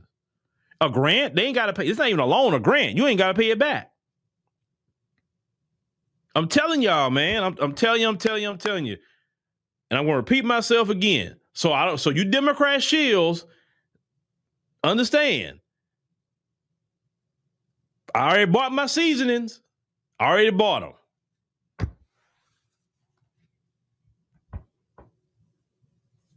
This situation, man, it just annoys me what these Democrats do. It annoys the hell out of me. And they get away with it. They take tax dollars and get, like, how no country on earth does this. None. Nobody takes from their citizens and give it to foreigners who are illegal in their country, and the citizens sit back like, well, you know, I guess. In other countries, that would have been protest. It would have been hell raising at that city hall. They were like, how dare you give out our money? No, we got issues right here in this city for the people here. What are you talking about, man? That's what I do respect about other countries. They will come out and say something. You're not going to go in their country and get resources like that, and they suffering? No. It'll be a problem. American citizens in that city need to be at City Hall going the hell in about that. Like, who gave you permission to give out our money? How come? Listen, in a true democracy, that should have been put to a vote. And I guarantee you all that would have been voted down. Ain't no way the people would have voted for that. And you only giving money to them, so you know the grant not open to everybody? Because every time we want something to black people, it has to be for everybody. I can't just specifically do something for black people. I got to do it for everybody. But when they want to do something for illegal immigrants, they can just do it for them. It's not for everybody, right? So when the FBA says something tangible for us, it has to be for everybody. Them, no, specific for them. And y'all telling me that I'm wrong about the Democrat Party? I'm wrong? Well, if I'm wrong, I don't want to be right then. I'll be wrong. I'll be wrong all day long. I'll take that wrong. Because that's wrong. That is wrong. You're starving, right? And they say, well, even though it's your food, nope, forget you. I'm giving the food to them. And they've been giving the food to them. But you have to understand, once you break down the numbers, California is literally an illegal immigrant state. And their economy is based off illegal immigration. Once again, LA County has 980,000 illegal immigrants just in LA County by itself. That's why Trump and them is focusing on LA so much. Because if they can get LA and LA County, there will be a big win for them. There'll be a huge win for them, actually. That's why they're there. Also, Trump's trying to disrupt their economy too, because if he as long as he can shut them down working and disrupt that economy, oh yeah. Yeah, I know why he's doing it.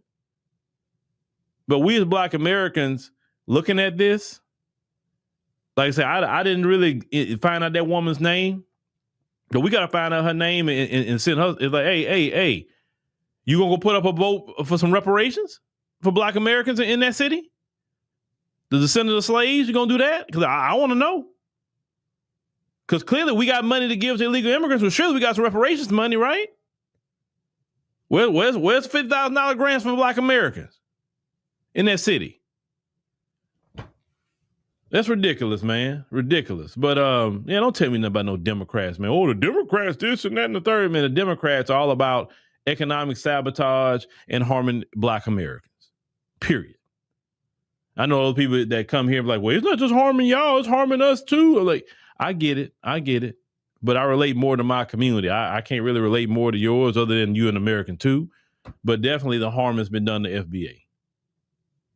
God, that video just, man. Well, that's okay, Democrats. That's okay. Because y'all just sparking that new fire back in me again and come at the Democrats. You know me, I love it. And I will stay on you like literally white on rice.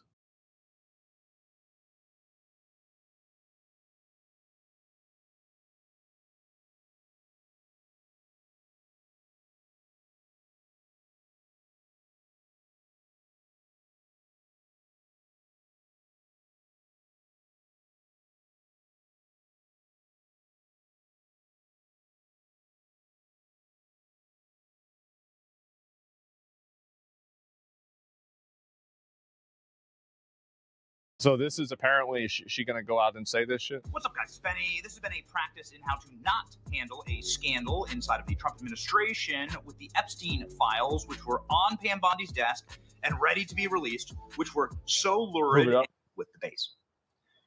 However, there is an out that is happening right now. In an article that stunned me to my very core, ladies and gentlemen, this shocking exclusive from the Daily Mail: Jeffrey Epstein's accomplice, Ghislaine Maxwell, will reveal the truth. I love how everybody says her name differently. Nobody really knows. About the pedophile client list, says insiders. Why are Republicans blocking her? My goodness, what is this? Ghislaine Maxwell is willing to speak in front of Congress about the Epstein files, sources tell the Daily Mail. Maxwell, 63, is the only person behind bars, serving 20 years on child sex trafficking charges, despite the fact that Jeffrey Epstein allegedly controlled the web of underage girls. Ghislaine Maxwell is a proxy for Jeffrey Epstein. She's serving time for his crimes. I'm not saying she's innocent at all. What I'm saying is that Jeffrey Epstein was clearly the mark here, and when he killed himself in prison, then they moved those charges effectively to Ghislaine Maxwell. It's also why so much of the evidence is on lockdown. You must understand, the reason the evidence is on lockdown is that Ghislaine Maxwell is appealing right now, and then that evidence is what's called under seal. I'm not saying that's a great excuse. I'm saying that the federal government needs to explain that to all of us. And then the DOJ needs to push for the release of that evidence. But that's a matter of fact. That's where so much of the evidence actually is. It's under seal in the Southern District of New York, under the control of the Justice Department. Litigation pending, right? Additionally, Epstein's victims allegedly were passed around as sex toys to his wealthy friends and billionaire business associates who regularly visited his homes, including his private island. Now, a source says, despite the rumors, Ghislaine has never offered any kind of plea deal. She would be more than happy to sit in front of Congress and tell her story. No one from the government has ever asked her to share what she knows. I wonder why. Why would it be that nobody from the government wants her to talk about this? She remains the only person who was jailed in connection to Epstein that would welcome the chance for America to tell the truth. Isn't that weird? What is the truth? It remains to be seen. Maxwell was convicted in 2022 for a role in the scheme to sexually exploit and abuse multiple girls, Epstein, over the course of decades.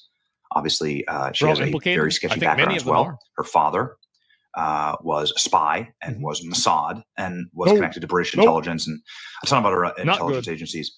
Ghislaine Maxwell sort of is the key holder and the last piece of physical evidence. So you saw that they obviously had Virginia Roberts killed. That's what I believe.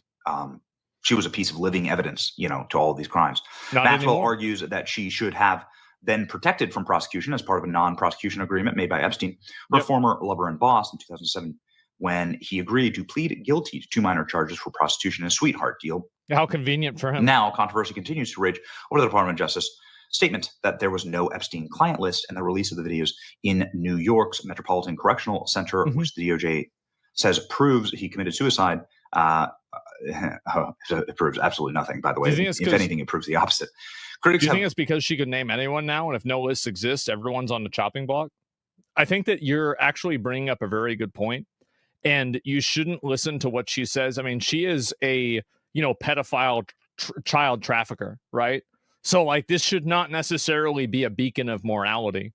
But at the same time, if she can provide evidence for what she's saying, then I think that's I wouldn't just go off of her word. I agree with you. You shouldn't just go and listen to what she said. Be like, oh, it's all true. No, you're right. But at the same time, you should start, trust but verify.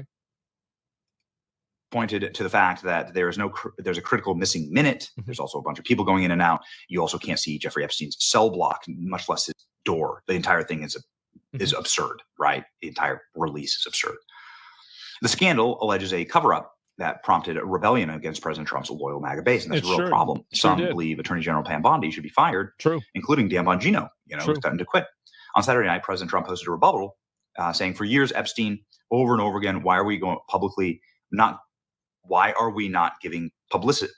Why are we not giving publicity to the files written by Obama?" I feel so happy that he fucks this shit up too. Thank God. I do this all the time. Comey, Brennan, and the losers of the Biden administration.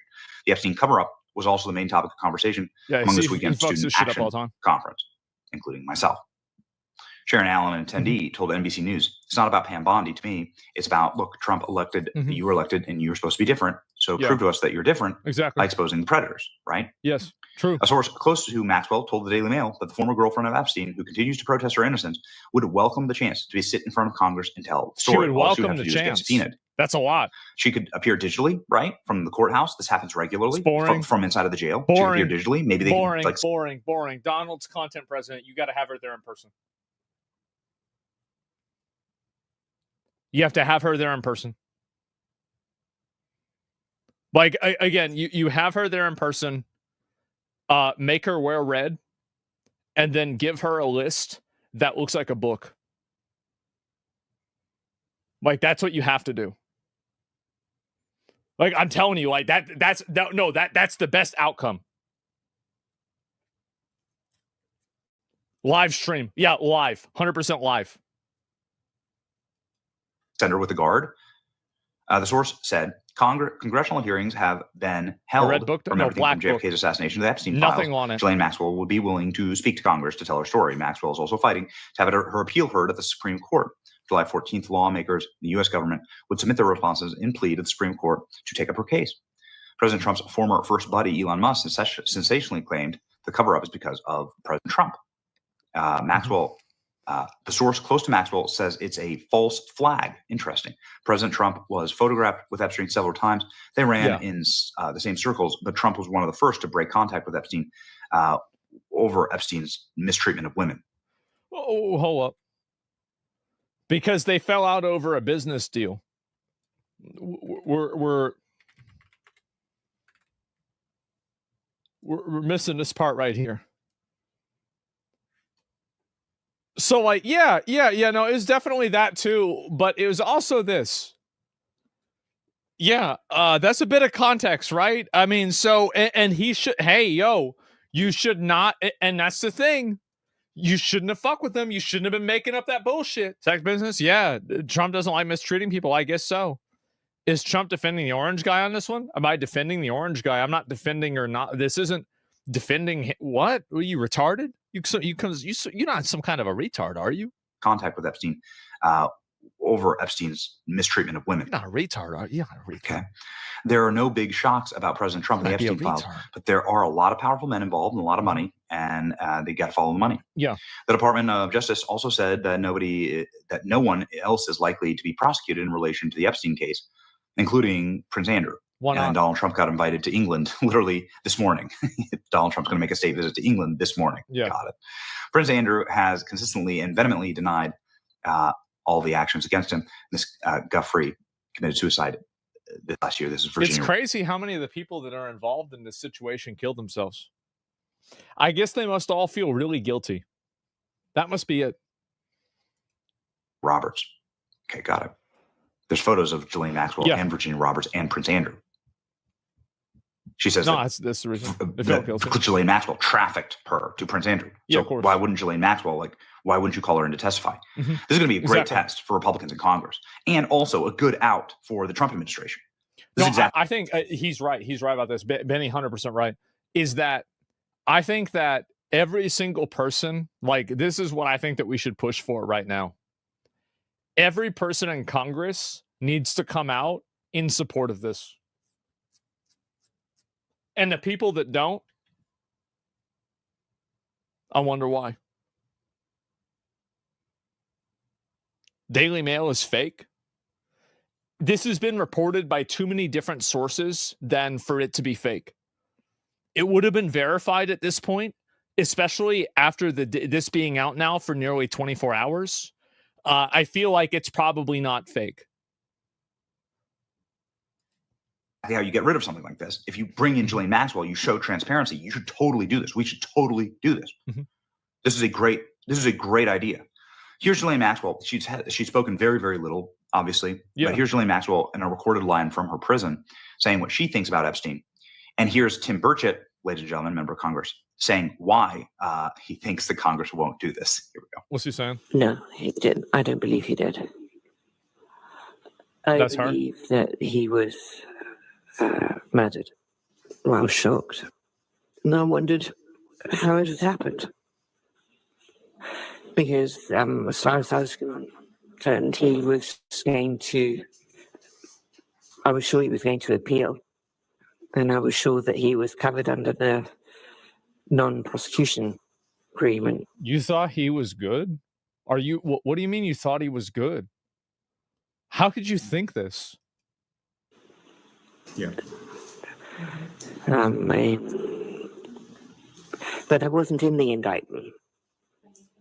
So I wasn't mentioned. I wasn't even one of the co-conspirators. And too many of my colleagues, I'm afraid, are compromised in this area for whatever reason. Somebody's whispered in their ear. That's right, brother.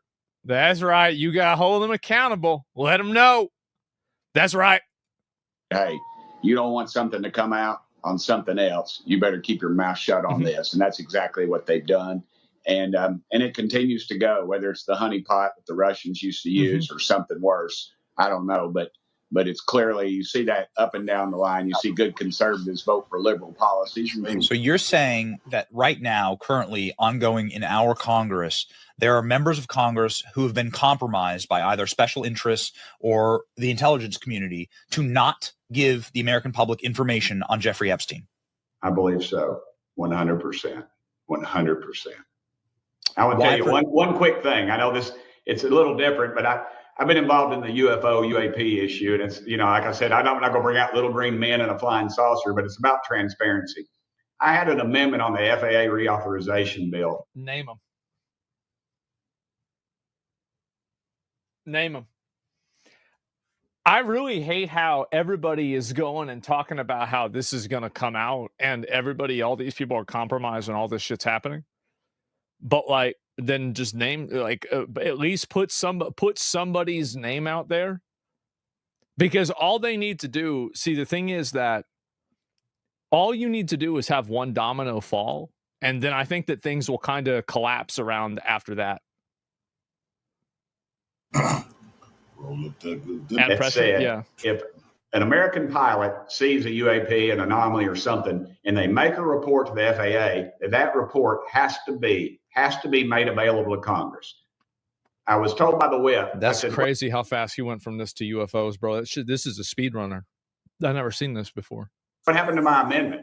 And he said, it was killed by the intelligence community. And I said, you mean the intelligence committee? And he said, no, the intelligence community. It was not even brought up. And these are unelected bureaucrats that have that much control. And so, we got to start electing people with guts in both parties. This pandering stuff that's going on now, it's just a distraction. Find out who it is. They got to find out who it is. And as soon as you start putting out names and stuff like that, the thing is that it's easy how people know these, but they're all afraid to talk. Yeah, you know what I think it is? I'm going to be real. I think half of them are lying. I think they're just saying this bullshit just to act like they know what's going on, to make people that they disagree with or dislike look bad. I think a lot of them are lying, bro. I'll link you all the video. This is a Benny Johnson video. I've been watching his stuff for a bit now, and I really like him. I think he's great. And yeah, there it is. There's a video right there. Give it a like. And everyone's lying. I don't think they're all lying. They've been milking it for years. Yeah, definitely. Why do you think Hunter Biden is still free? Everybody knows why. It's because he's he's the son of the president. That's the reason why. We all know why. And so, no, I really think so. And you put one name, that person will immediately start throwing others under the bus. Yeah, exactly. And again, I'm telling you, the way that the way to handle this is that, see, I think that only somebody I always thought Trump, this is one thing I thought about Trump. I always thought Trump was a scumbag, psychopath, narcissist, mob boss. And that's why I really thought that maybe he could do some good, is because that's what I would want to have, right? That's what I wanted. That's what I was looking for. We were going for that. And so if anybody knows how to deal with these people, it has to be Donald. And if he doesn't know how to deal with them and he can't do this, nobody can. Nobody fucking can. And so that's the real problem that I have. He's got to fix this. Yeah, because he's one of them. Exactly. Well, that doesn't, you act like that's some kind of that, then he would know. Then he would know. Yeah, exactly. Elon can, maybe, right? Musk has it too, but he can't run for president, right? He can't run for president. He can't do that. And so that's it. I'm thinking, what the fuck happened to WikiLeaks? So I guess we're wise to corruption. Yeah, no, I'm telling you, like, that's what I was hoping for. A lot of people might think that's crazy for me to say, to vote for somebody because I think they're insane. But that's the only thing that I think will solve this problem, is an insane person. And that's it.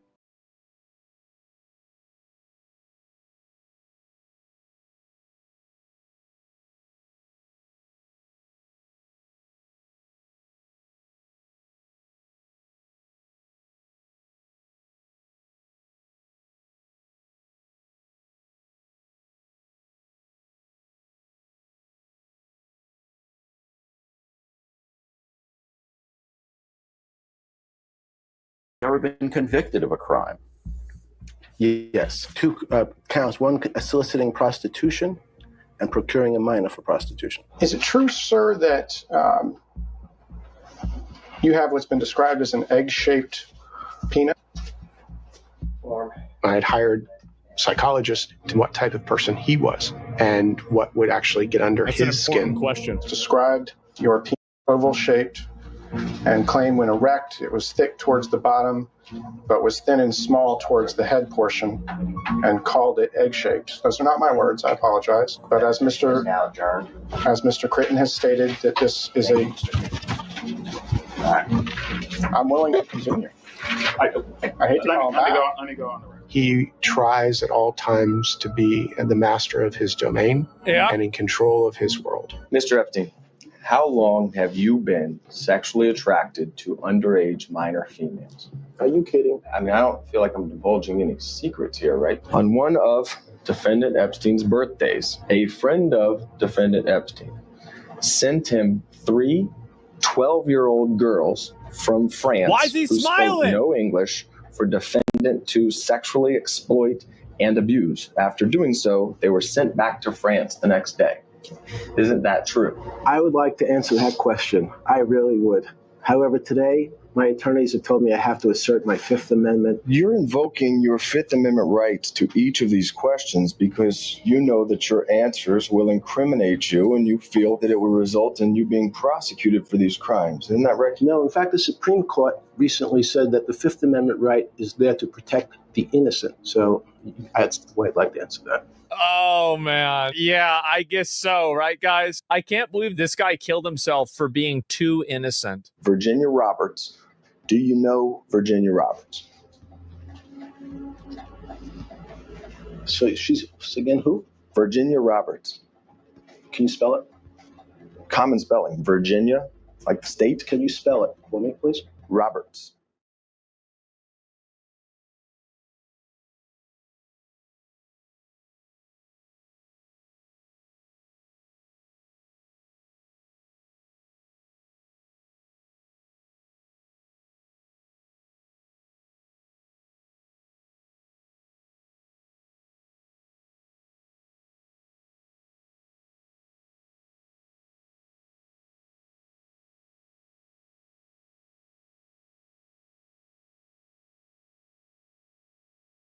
Right before he died was Jeffrey Epstein.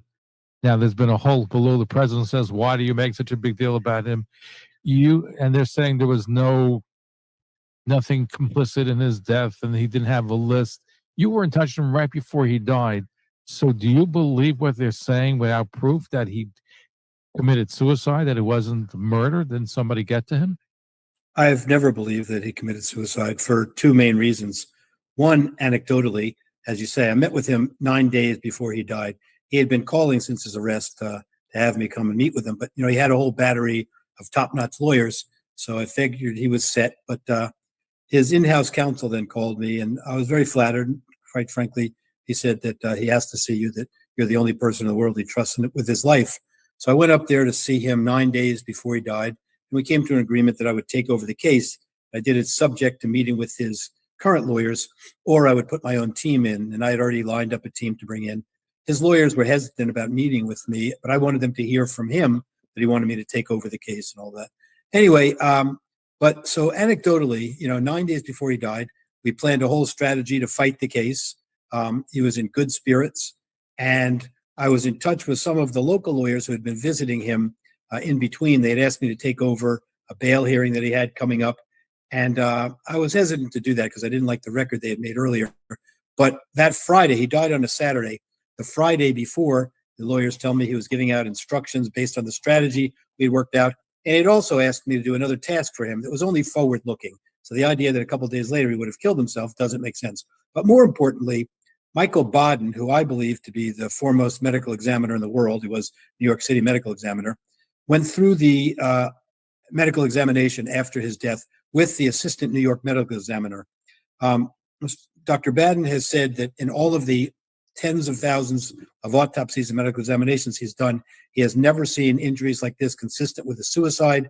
Secondly, he said the medical examiner who went through the examination with him, the city's person, said that she found it inconclusive. She couldn't come to any conclusion about cause of death. But 4 days later, they called it a suicide without any additional information. The size and layout of the cell also doesn't make suicide likely.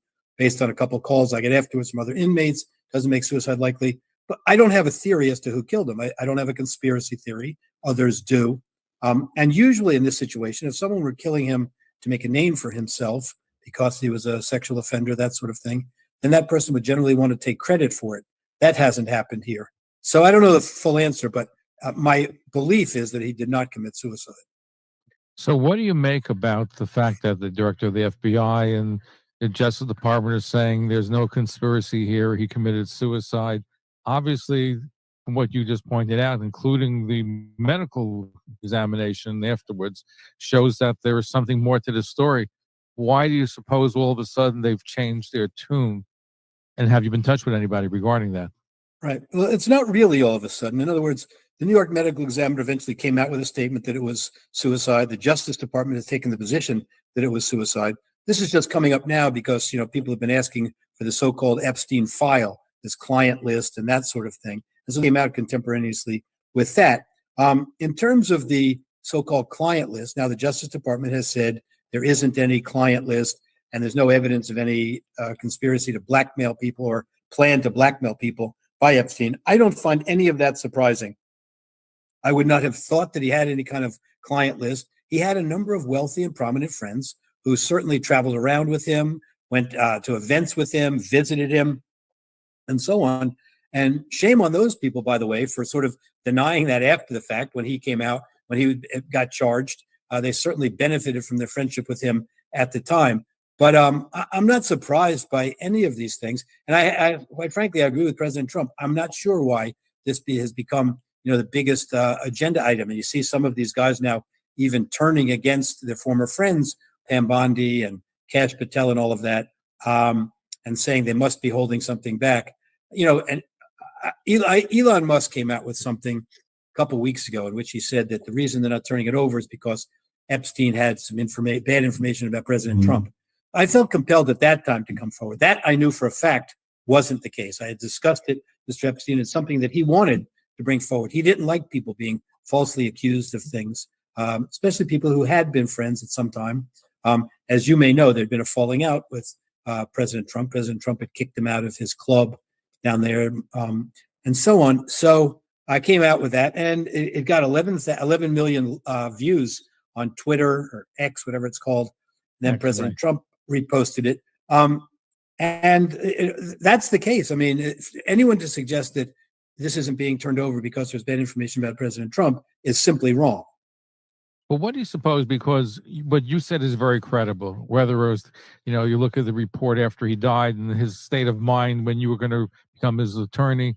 So why are they, you suppose, and this is a different Department of Justice than the original, a different FBI director, different personnel. You would think that they would want to get the story out and they want to release the file. And I haven't seen anything come out yet. But the fact is, though, why do you suppose? It seems like there's a cover-up. It seems like there's a change. Something is in the air. I just don't understand it, quite frankly, unless it's just they want to finally put it to bed. They don't want any more of this, stuff hanging out there. They were convinced that, look, all we can say it was a suicide. We can't say otherwise. We don't have we don't have a perpetrator in mind. Yes, there were some lapses in security at the MCC where he was. Cameras weren't working. The guards were negligent and so on. But we don't have evidence. Let's put this to bed and move on. That may be as simple as that. It may be as simple as that. I just don't know.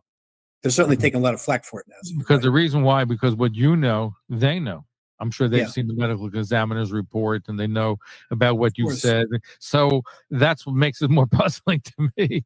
You know, it is interesting, though, you raised that because I just made this comment today. It is a little surprising to me if you're trying to determine the cause of death and whether it was a suicide that I was never interviewed by the FBI or the Department of Corrections. Oh, interesting. And here they know from their records that I met with him just days before. And they certainly know from the media that he had tried to hire me to, be his lead counsel going forward. Because here's the other thing too. You're saying he, as far as you know, there was no official list of his clients. Is that correct? That's what I believe. I never knew about any such list. Did you ever I ask wouldn't him have thought about he kept it. He wasn't the type of person. I know people think he's a monster. He was not the type of person, from my experience with him, to want to blackmail somebody else in this. He enjoyed his friendship with these wealthy and so-called prominent people. But is it possible, even though he didn't have an official list written down, since it was in his mind, he knew who he was, so maybe people were afraid that it would come out in some course of time of his trial? So there is an incentive for some people who may want to have gotten rid of him. That's true. The flip side of that is, if he had this information about prominent people, he had every incentive to bring it out, to help himself in his case, to try to make a deal, of that nature. And that wasn't in the cards for him. Now, you mentioned that he wanted to use you. He trusted you. How did he know about you? What made him say, I trust you more than my other counsel? Yeah, I don't know that I can answer the last question, but about 10 or 12 years earlier, through a mutual friend, he had called me, had asked the friend if he could call me. The friend suggested me. And he asked just what it would be like for him to go to jail. He was going to the local jail for a few months, that sort of thing. And he wasn't at that time so happy with his lawyers. He continued on with most of the same lawyers. He fired some of them, but he had a whole battery of them, some of the best known criminal lawyers in the country. So during the course of the year before he died, he got back in touch with me. He had been in touch with me maybe once a year, or if that even, since the first contact. But the year before he died, they were trying to reopen the case against him in Florida because the victims had not been properly notified about the plea deal that he made. He had one lawyer who's shocking to me, put out an email that said essentially to the prosecutor something like, let's make sure the victims never find out about this. That's crazy. There's a federal statute that requires notification of the victims. Anyway, so that upset him that the lawyer, did that kind of thing. So he asked me to start reviewing the papers that his lawyers were filing in that case. I suggested to him that he not tell the lawyers I was doing that because they would resent it and maybe not act in his best interest then. So he didn't. And we just communicated about that. And then let's say he died, around early August. In about March or April, he asked me if I could come to his home. I did. I happened to be in New York. And it's actually the first time I ever met him in person. We've been talking by email and chats and on phone for a long time before then. Went to his house in New York, and he asked me to take over his litigation. I said, I'm not really in a position to do that at that time. But we talked a lot about it. And interestingly, maybe your viewers be interested, he asked me to stay to meet his lunch guest. So I said, look, I'm here to talk about a criminal case, possible criminal case. I don't think you want me meeting your lunch guest. He said, no, I want you to meet him. So I went downstairs, and waiting by the dining room table was Ehud Barak. Oh, wow. They were in business together. And interestingly, Jeffrey Epstein had like a photo array by his dining room. And one of them was a picture of a homeless guy from one of the New York papers. And the headline was about how that was Ehud Barak leaving Jeffrey Epstein's home. It wasn't, but he put it up as kind of a joke. Somehow they got wind of the fact that Ehud Barak had been to his place. And so they took a picture of this homeless guy. They thought it was Ehud Barak hiding and all of that. So anyway, so look, we just kept in touch. And then, he kept calling me before the criminal case even broke to see if I would take over his litigation. I just kept saying no, but let me think about it and that sort of thing. Then the night he got arrested, I got a call. Could I go see him at the MCC? I couldn't at that time. And then one of his lawyers called me and said he would set up a local guy to go see him. And from that point on, for the next 3 weeks or so, I just felt, look, let these guys handle it. I don't want to just show up there as a third wheel sort of thing, fifth wheel, whatever they call it.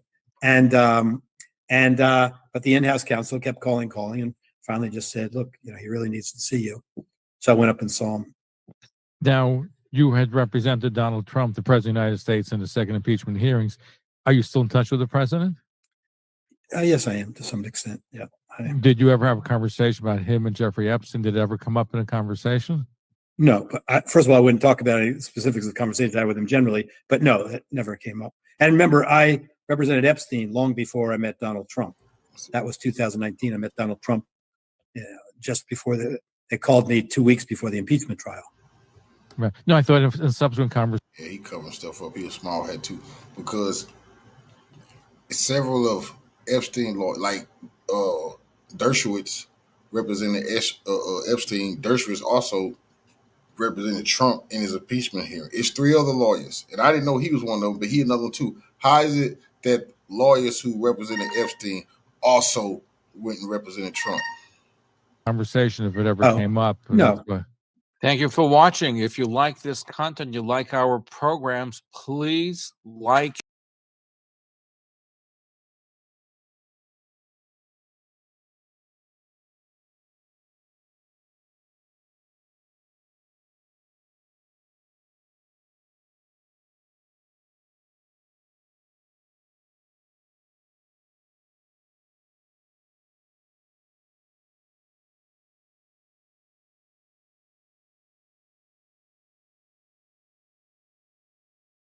Google searches for Epstein up 1,200% this week versus last. And get this, it is currently the top topic search with Trump on Google alongside his presidency. So Donald Trump normally, leans in stories in which there's controversy, like tariffs, for example. This is a story in which he's trying to get away from, basically saying, why is anyone still interested in this story?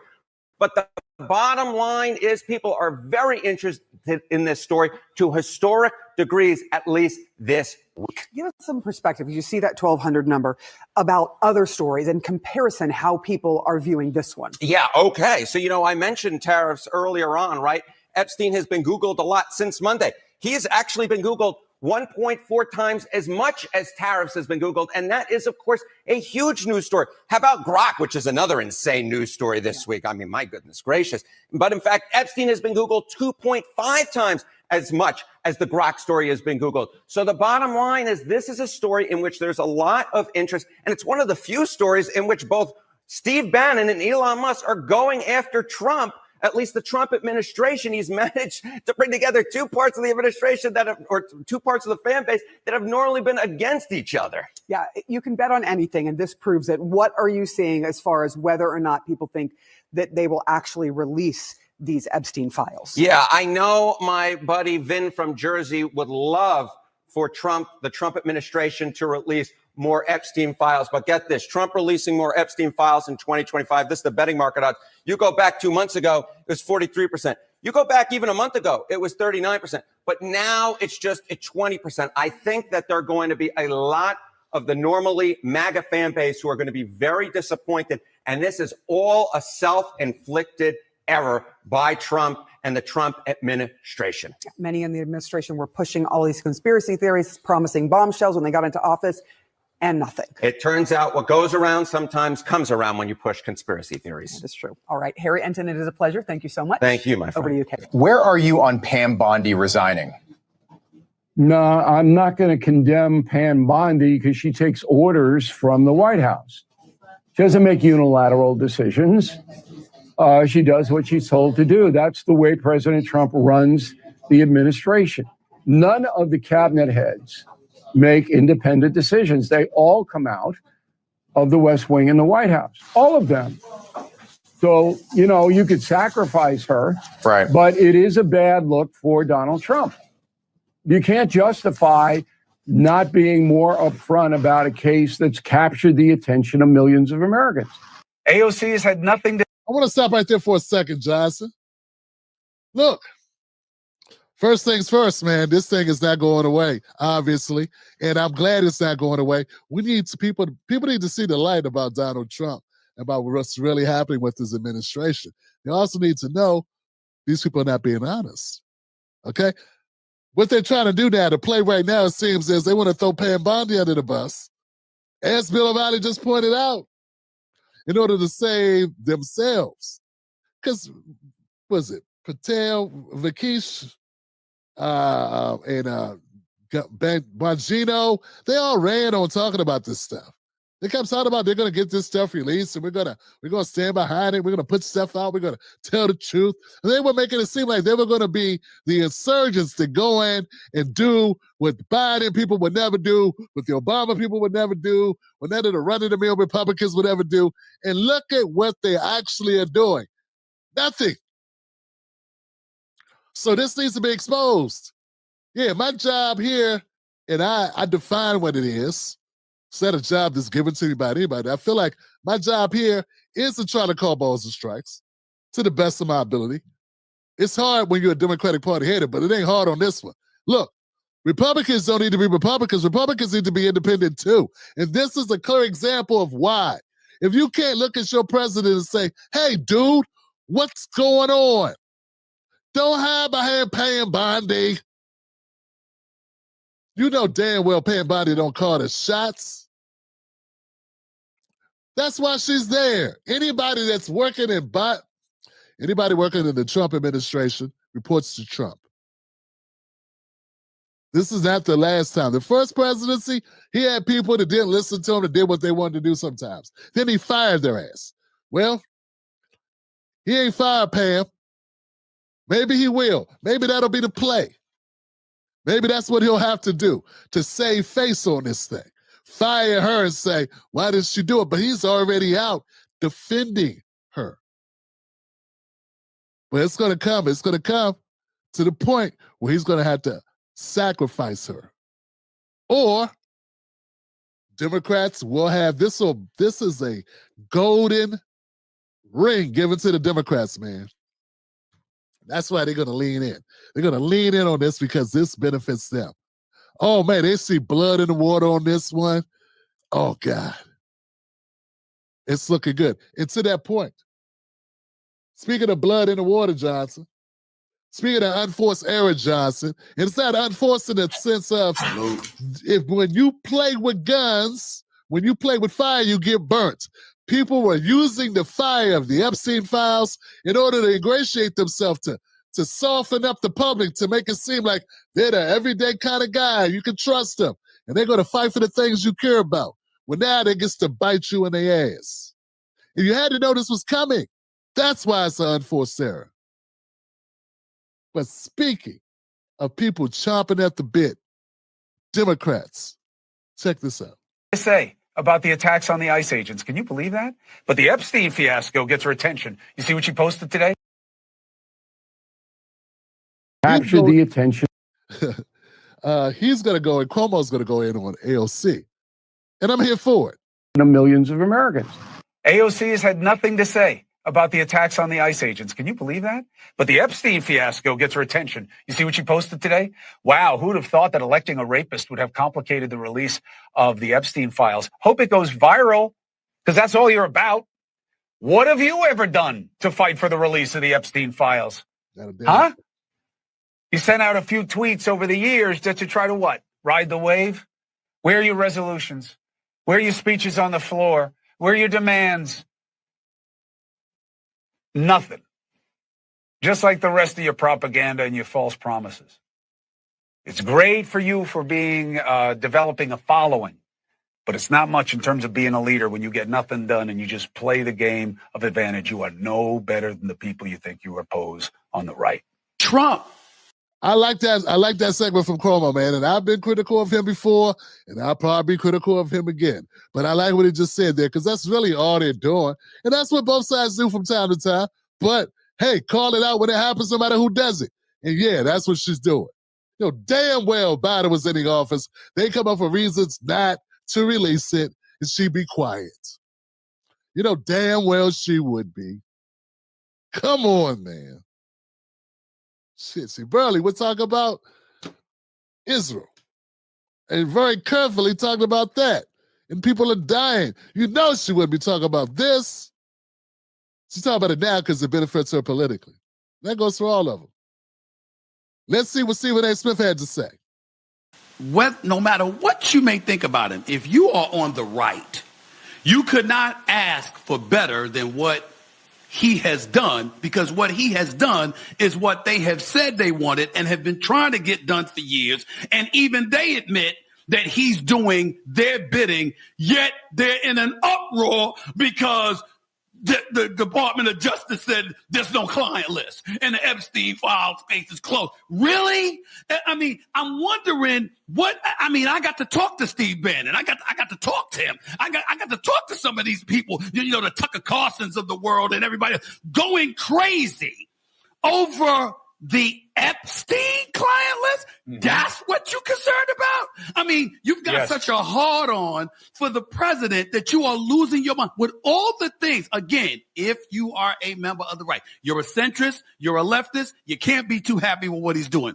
But on the right, you have the audacity to look at this man like he's I don't want to be facetious, but you're treating him like he's the Antichrist right now because of the Epstein list. That's what you're mad about? I do find myself a bit shocked by that. I'm like, damn, I expected folks on the right to have a lot better things to complain about than that. But they really, I don't even want to bring up his name, but you know who it was that was crying on his podcast, Alex Jones. A few days ago because the Epstein list wasn't released. Really? Really?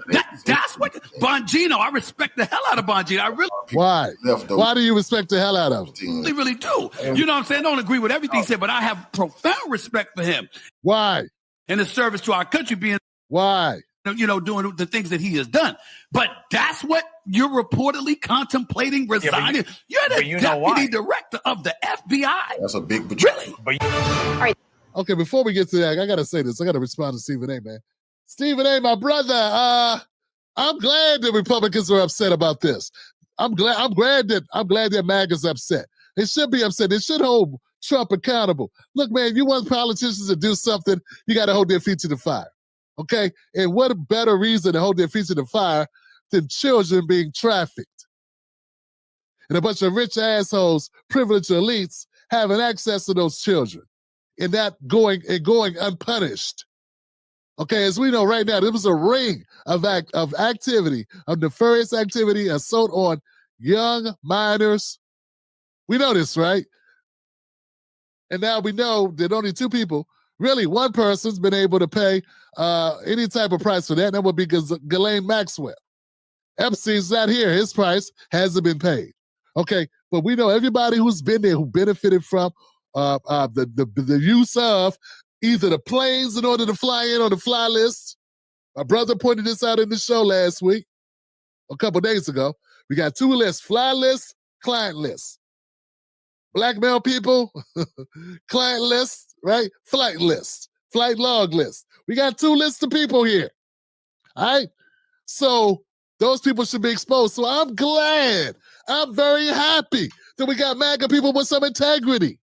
Holding Trump apart, holding him responsible. This is more than the Democrats would do. Stephen A. just solidified that he is garbage. He doesn't know Stephen A., who also won't come on this show. I've extended my hand. I've invited you, Stephen A. You people said you busy. Everybody's too busy to talk to me. Some Republicans, they'll come talk. Van came and then he ghosted. Shouldn't have trusted him. I thought he was a stand-up guy, but he folded to the pressure. Guess I won't be going on the Breakfast Club after all, huh, Van? Yeah, I had a feeling Charlamagne knew who I was and didn't like me. Probably was Kamala's team that told him that to mess with me. Anyway, point is this. That's got nothing to do with anything, Tim. Just want people to know that there's all this shit going on behind the scenes that you don't know about. Listen, I got to give credit to the MAGA people for holding people accountable, for holding Trump accountable. You want something out of your president or any leader, you got to hold their feet to the fire. People do things because they have to. They don't do things always because they want to. Okay, so whatever you want to get out of Trump, you got to force the issue. You got to make someone do it. You got to make it uncomfortable, not for them to ignore you. That's what you do. Stephen A. Smith hurt himself immensely in this piece because he shows he has no core. Man, you don't even understand why people will be upset. We're talking about people's lives here. We're talking about the elites getting away with trafficking children. You don't understand why that might be an important issue? Yeah, okay, fine, tariffs, fine, deportations. Yeah, you ran on doing that. What, you want a cookie? That's what you said you were going to do if you were elected. You also said you were going to do this. Just because Stephen A. doesn't have a backbone, just because Stephen A. doesn't have any ethics, he's just an opportunist. And it's evident. It's evident in this. Yeah, you would like to know some things, but if you can't know, you can't know. I mean, and then to throw Bondi under the bus again, oh, the Department of Justice won't give. They said there's nothing there. And the Department of Justice said, oh, come on, Johnson. We know people that work for Trump, those people work for Trump. Pam Bondi works for Trump. If he said give the documents up, release everything you got, she would. He told her not to. Stephen A. is embarrassing in this segment because he is acting like a person with no moral compass. If you're going to stand up for something, this is a primary example. Look, Epstein's dead. Ghislaine's in jail. The only people left are the people that did things. Rush him. Rush him. And anybody giving Trump backlash on this, good. It should. This breaking news, sources tell CNN that Deputy FBI Director Dan Bongino has told people that he's considering resigning amid a major clash between the FBI and DOJ over the continued fallout from the release, or lack thereof, of the Jeffrey Epstein memo. Joining us right now in Files, joining us right now on the phone is CNN anchor and chief White House correspondent Caitlin Collins. Caitlin, what more are you learning? Yeah, Fred, it remains to be seen if he actually follows through with what he has told colleagues. But what we do know is that Dan Bongino has told people he is considering resigning as the deputy director of the FBI over the fallout that has continued ever since this memo was released. All right, folks. Garbage. Garbage, garbage, garbage. Listen here, folks. Dan Bongino ain't going nowhere. This is all show. This is all theatrics. They're taking a page out of the Democratic playbook here on this one, Johnson. Come on, man. Pam Bondi, what should be sacrificed for this? I don't know. That remains to be seen. But Dan Bongino, he knows what time it is. This is all behind the scenes. They're running plays right now. You run down, do a down and out. You run over there, do a butterfly, button hook, whatever the hell. Turn around, I hit you in the bread box. Be ready. The ball will be waiting for you when you finish your route. This is what's going on with the Democrats or with the Republicans or with the Trump administration. It's a page right out of the Democratic handbook. Put on a show. Flood the zone. So that's what's happening. Everybody's playing their role. Alex Jones acting all brokenhearted. Steve Bannon is acting insulted. And Tucker Carlson's acting like he's, it's all a game. At the end of the day, there's a reason why Trump sat there looking very guilty. In fact, I got to find a clip. Mysteries. One of the biggest ones is whether he ever worked for a American or foreign intelligence agency. The former labor secretary who was Miami U.S. Attorney Alex Costa, he allegedly said that he did work for an intelligence agency. So could you resolve whether or not he did? And also, could you say why there was a minute missing from the jailhouse tape on the night of the stabbing? Yeah, sure. If could I just interrupt for 1 second? Are you still talking about Jeffrey Epstein? This guy's been talked about for years. You're asking, we have Texas, we have this, we have all of the things. And are people still talking about this guy, this creep? That is unbelievable. Do you want to waste the time and do you feel like answering? I don't mind answering. I mean, I can't believe you're asking a question on Epstein at a time like this where we're having some of the greatest success and also tragedy with what happened in Texas. It just seems like a desecration, but you go ahead. Sure. First, to back up on that, in February, I did an interview on Fox, and it's been getting a lot of attention because I said, I was asked a question about the client list, and my response was, Okay, let's stop right here and let's point out something here. Trump sounds very guilty in this video. Yeah, he sounds very guilty in this video. I'm not sugarcoating, I'm not putting it on. I'm not gonna play that game with y'all. We know what it is. It's like a guy running for deflection. Oh, you gonna ask that? You gonna ask me how to how to Cedric did instead of saying, you gonna ask me that, dog? In front of my kids, though? You gonna answer that in front of my kids? Let me at him. President always be fighting people. Look, the point is this.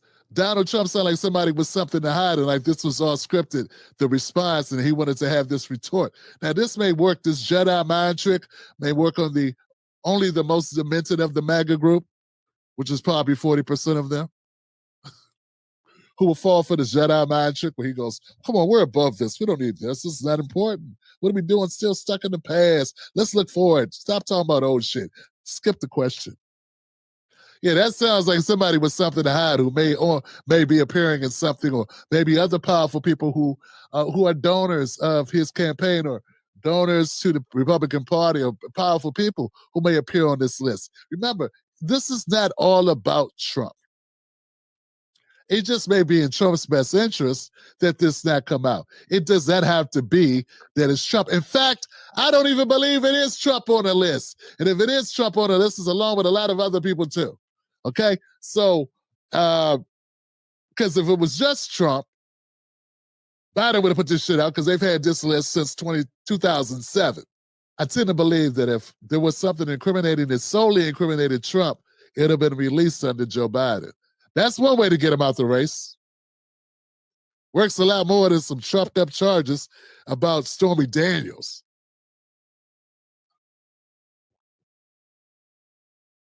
Yeah, one night it was Stormy Daniels 20 years ago. Ain't gonna do it. I was stupid to begin with. So yeah, kick that. So anyway, but just remember that there's more on the line than just Trump. Okay, some of this, I tend to believe that if you got a list, it's got a lot of names on it. What good would a list be if it just had one name on it? So we're talking about other people.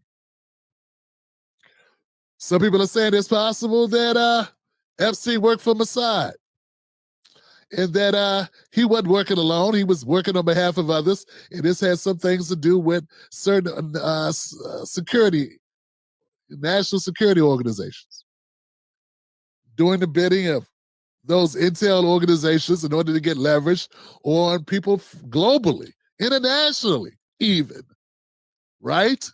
So this could have far-reaching impacts beyond Donald Trump. But the bottom line is, the information's here. Trump is not a president, and it looks bad because he has the power. He has the power to release it, or he appears to have the power. Which truly, some people would debate me about how much power the president truly has. Last but not least, let me just clear it up. We'll be very honest here. I'm glad this is happening. I'm glad he's getting scrutiny. I'm glad he's on a hot seat. I think you should keep him on the hot seat. Make your demands, MAGA. Prove you're not like the Democrats, that you will ride for something that you believe in, even if it ticks off Trump, even if it's against his wishes. Because one of the complaints, recently I did a segment, and the person in this segment was going on and on about how, Joy Reid it was. Joy Reid said how MAGA would do anything Trump says. Yeah, MAGA is doing something that Obama worshipers never did. They're holding Trump's feet to the fire right now. I don't remember Democrats holding Obama's feet to the fire. That's so true. I don't remember it. I don't remember them having an urge of conscience, a consciousness that said a crisis of conscience, and said, we got to hold Obama to this now. Now, the people that did that got X'd out, lost their careers, or lost access, and basically got de facto punished, put in the corner until he got out of office. People like Dr. Cornel West and Tavis Smiley come to mind. Okay? That's what I remember. And everybody else just shut up and got quiet. Like what's that fast talking professor who ain't good for nothing? With the glasses, thinks he's his hip hop historian, Michael Eric Dyson. Those types of folks. You know what I'm saying? They all fell in line behind, when they saw that happen, they all fell in line. So, what MAGA's doing, regardless of all the name calling, all the bickering and all the mean-spirited stuff the Democrats say, particularly these Democratic commentators, right? Liberal commentators, they talk about MAGA people are just robots and zombies. Yeah, well, they're holding their president accountable. We all know you wouldn't do that if a Democrat was in office, because you had an opportunity to. Biden was just in office, and why didn't the documents come out? Why didn't you rally for Biden to do the right thing? Oh, suddenly you got a conscience. Suddenly you care about the children.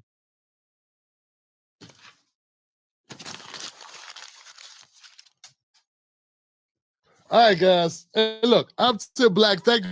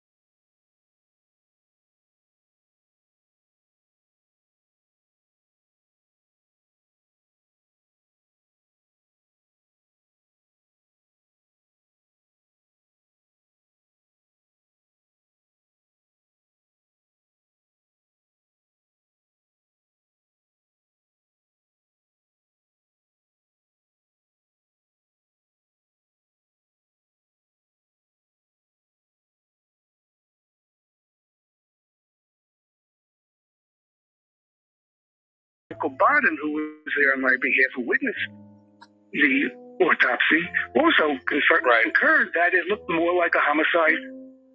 And it wasn't like oh, you remind me of my daughter. It was this sick, evil, you remind me of my daughter. It was just this weird pleasure. The DOJ may be releasing the list of Jeffrey Epstein's clients. Will that really happen? It's sitting on my desk right now.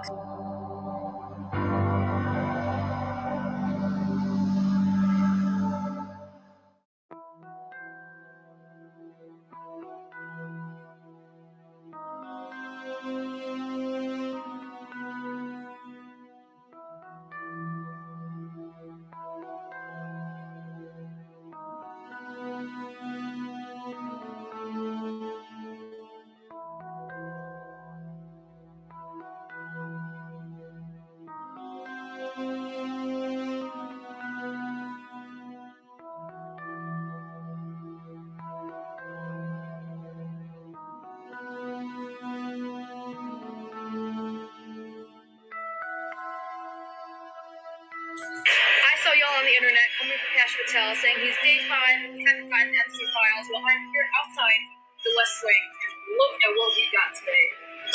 The Epstein files, baby. Let's make America safe again.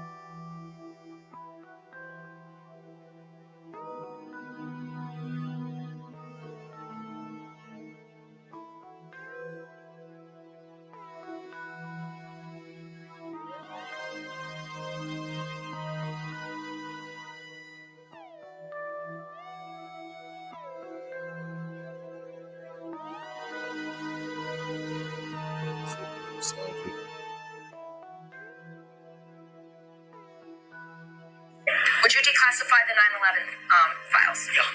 Would you declassify the JFK files? Yeah. Would I did a lot of it. Would you declassify the Epstein files? Yeah. Yeah, I would. I guess I would. I think that less so because, you don't know. You don't want to affect people's lives if there's phony stuff in there because there's a lot of phony stuff with that whole world. But I think I would, or at least... Do you think that would restore trust?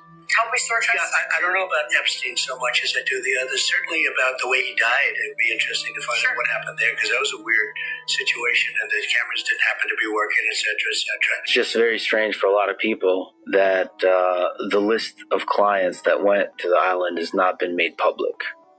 Yeah, it's very interesting, isn't it? Probably will be, by the way. So if you're able to, you'll be... Yeah, I'd certainly take a look at it. Yeah, I'd be inclined to do the Epstein. I'd have no problem with it. Release the list. Seriously, we need to release the Epstein list. That is an important thing. Child sex trafficking has no place in the United States of America, and I will do everything, if confirmed as FBI director, to make sure the American public knows the full weight of what happened in the past and how we are going to countermand missing children and exploited children going forward. Nothing happened in the past. So there you go, the president, the vice president, director of the FBI, and I could go on and on and on. They all went around saying, elect us. We'll make sure the Epstein stuff is released. Nope. I'm not saying it's not there. Who are you going to get that? For instance, who is currently holding, this is way off the topic, but who has Jeffrey Epstein's Black Book? Black Book. FBI. But who? That is, I mean, that's under direct control of the director of the FBI. Just like the manifesto from the Nashville school shooting of the Catholic school. Yeah. We still haven't seen that, right? It's not the Nashville police or PD saying we don't want this out. The FBI airmailed into that operation and said this is not getting out. Because they do that because this is another government gangster operation. All these local law enforcement communities get funding from the DOJ and FBI for local programs. And if you don't cooperate, you're not getting your $1 million for this. And you're not getting and that's a lot of money to these local districts. That's how they play the game. It's the same thing with Epstein's list. It's like, what the hell are these Republicans doing? Oh, I saw you. Give out the list. I saw you make news this morning about that. I gotta get to that. Yeah. You say that the FBI has Epstein's list. They're sitting on it. That doesn't seem like something you should do. You're protecting the world's foremost predator. That seems like an evil thing to do, regardless of who may be embarrassed in the release of that list. Why is the FBI protecting the greatest pederast, the largest scale pederast in human history? Simple, because of who's on that list. Simple, because of who's on that list.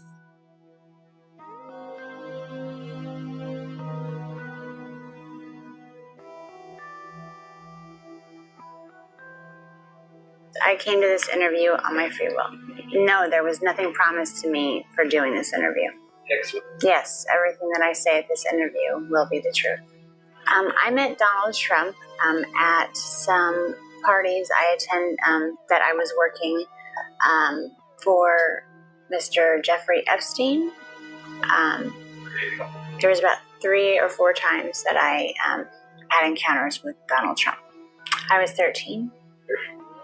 The first time that I met Donald Trump was at a party at Jeffrey Epstein's mansion. There was an orgy going on, and he was kind of watching off in the distance. And he basically asked if I could come over and give him a hand job. And at first I wasn't very comfortable with it. This was like my first party, and I didn't think that was my responsibility. But my recruiter told me that I needed to do it. So I agreed to. And then he, I began to, sorry, this is a little difficult, but before I gave him a hand job, he kind of slapped my hand away and said, you need to use a glove. And the recruiter ran over and handed me a glove and said, no one touches Mr. Trump's penis without a glove. So I needed to use a glove. I gave him a hand job, and then immediately after, he had an orgasm, he left, and I didn't see him again at that party.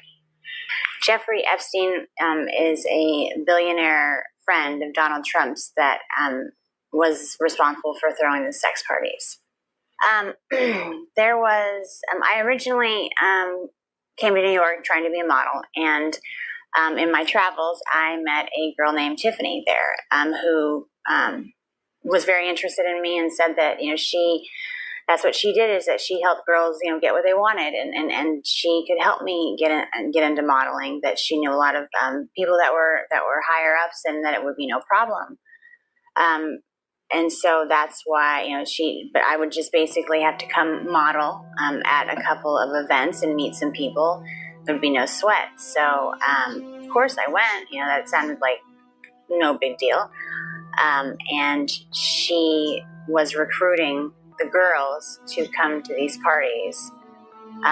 And they all looked, most of them were, my age. There was, maybe a couple girls that were maybe 14 or 15, but it seemed to me like we were all very young. So, okay. Jeffrey Epstein knew that I was 13 years old. When he interviewed me, he asked me to get down to my bra, just my panties, and I thought that was weird, but modeling, maybe it was something about my figure. And he asked that I give him a massage. So then he asked me my age. He asked me, and I told him, I told him that I was 13. I told him why I was there. And he basically said, well, you'll do, I'm sure that you'll fit pretty nicely here. And then he tried to, basically, slip himself inside of me. And I pushed him away, and I said, because at that point in time, I still believed that there was models, and then there was the girls that did that. Like, I thought there was a separation. So, I told him that I wasn't interested in that, but he said that I would do. And as far as Donald Trump, he knew that I was 13, and I believe that Tiffany told him he seemed to take a liking to me because I was I was so young, and I was also a virgin. So I don't know. It seemed like he wasn't really into having girls that were liked by the other guys. He kind of, the whole glove. He kind of liked things to be his first. That, for lack of a better term, but he was the one who wanted to get to a girl before everyone else did. Donald Trump knew that I was 13 because the first night that I was there, Tiffany actually suggested that, she had a whole bunch of different wigs, and I expressed interest in them. I always told her that I would love to walk around with blue hair, and so I tried some on, and there was a blonde wig that she said that looked great on me, so I wore that wig, and Donald Trump had specifically asked about me because I remind him of his daughter. And she said, well, she's 13 as well. So he knew the first time that he saw me, but he took a liking to me because I looked like his daughter. And the reason I'm coming out now is when it happened originally, I just wanted to forget about the whole incident. And when I saw that he was running for president, I felt it was my responsibility to come out and tell our country what kind of man this person is. I don't think that he should even be the dog catcher, let alone running the greatest country in the world. But how can you say that thousands of children were raped, but I'm not going to find out who raped them? Yeah. How can you say that? I agree. They said that. By the way, when Pam Bondi went on television and said, I have a videotape of kids getting abused, I followed this case closely, and I know a lot of the people involved, as I told you. Mm-hmm. I had no idea. I didn't know that. Really? Thousands of children got raped? Who raped them? Where are the rapists? Like, why aren't they in jail? This is the Department of Justice. Yes. That is so crazy. This is honestly one of the craziest things I've ever seen in my entire life. And I just think it's very dangerous to play around with this stuff. Like, very dangerous. Well, I don't want a revolution, but if you wanted a revolution, this is how you would act. I don't want a revolution, but if you wanted a revolution, this is how you would act. But Mark, for you, it's personal. This was your brother. And just so everybody knows, Mark wasn't part of anything that his brother was doing in this regard. He's never been connected to it. There's never been a suggestion. It's not about that. But Mark, you do not believe what the administration, the Trump administration, is putting out about your brother now. Why? Well, every time they say something or do something to try to quash the fact that he was most likely murdered, they just put their foot further down their mouth. I mean, for instance, Cash Patel in the congressional hearings, he listed his credentials as a prosecutor and other such things, and he said that it was a suicide. He said, you know a suicide when you see it. That's basically what he said. So the questions that popped into my mind was, first of all, number one, how many suicides has he seen? Number one. Two, is he a forensic pathologist? Does he have a medical degree? Does he have a certificate that he passed the CPR course? So is he a forensic pathologist? Does he have a medical degree? Does he have a certificate that he passed the CPR course? Does he have a Boy Scout merit badge for first aid? What is he basing his expertise on? Contrast that to Dr. Roman, who was a city pathologist who did the autopsy. She came out of the autopsy and said she couldn't call it a suicide because it looked too much like a homicide. Dr. Michael Barden, who was there on my behalf, who witnessed the autopsy, also concurred that it looked more like a homicide than a suicide. Now, was Cash Patel in the autopsy room? No. Was Cash Patel in the prison when they found Jeffrey? No, I don't think so. And if he was there, that raises even a bigger question. So every time they say something, I mean, when Cash Patel came out with that statement, I laughed at how stupid it was. And then they just released this video. This you're going to like. After the death, a few days after the death, Bill Barr, the Attorney General, said he saw that video and he saw that nobody went in or out of the tier, and that convinced him it was a suicide. And I heard that and I realized how stupid that was, because no one could get to that door, go in, kill somebody, leave completely undetected. That's like an asinine concept. So if Jeff was killed, he was either killed by somebody on the tier or when they locked up the tier. So that's one part of it. I asked to get the footage from that same camera on the Freedom of Information Act from 10 o'clock the night before until noon the following morning. That would show who locked up the tier, who were the last people on that tier. And in the morning, it would show, Michael Thomas going in the guard and finding the body, and it would show what the situation was when they removed the body from the tier. I was initially told I couldn't get that footage because it was still an open investigation. Okay, I understand that. But then when the investigation was over, I asked for that footage again, okay? And I was now told that the cameras that were operating don't show that area. That's right. I have this in writing from the Bureau of Prisons, that the cameras that were I remember. And I was very specific about the footage, the same footage that Bill Barr. No, Mark, listen, the greatest country in the world. After I met Tiffany at the bus station, she took me to, basically went to her house, her apartment, and got ready. I put on a blonde wig because it seemed fun to pretend to be someone different, but we went to the party that I was basically interviewing for, and Jeffrey Epstein was the one that was running the party. He had a quick meeting with everyone that was employed there, and then he had a private interview with me. The first time that I met Jeffrey Epstein, he did try to force himself inside of me without getting the go-ahead or anything. And then it was probably about the third or fourth party is when he basically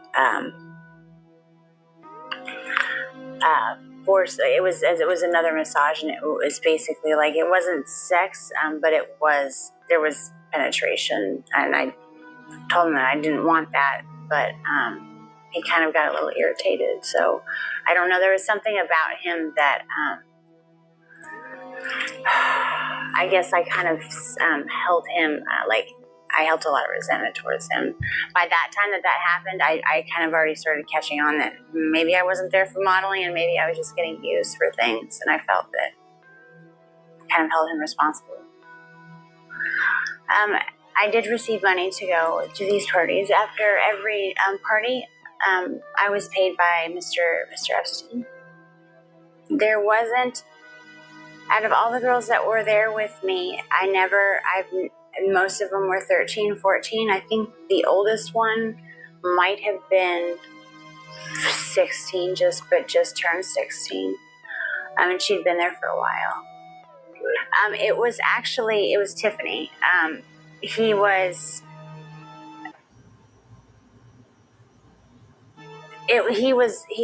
liked to watch other people have sex. He's a germ, doesn't like germs, so he, rather than that's the game. Remember that P. Diddy was playing too. Oh, I'd like to watch other people. Nah, he compromised people. But anyway, Epstein, that was the trick. All these people talking about they got massages, from underage teenagers who 13, 14, 15, at the most 16 years old.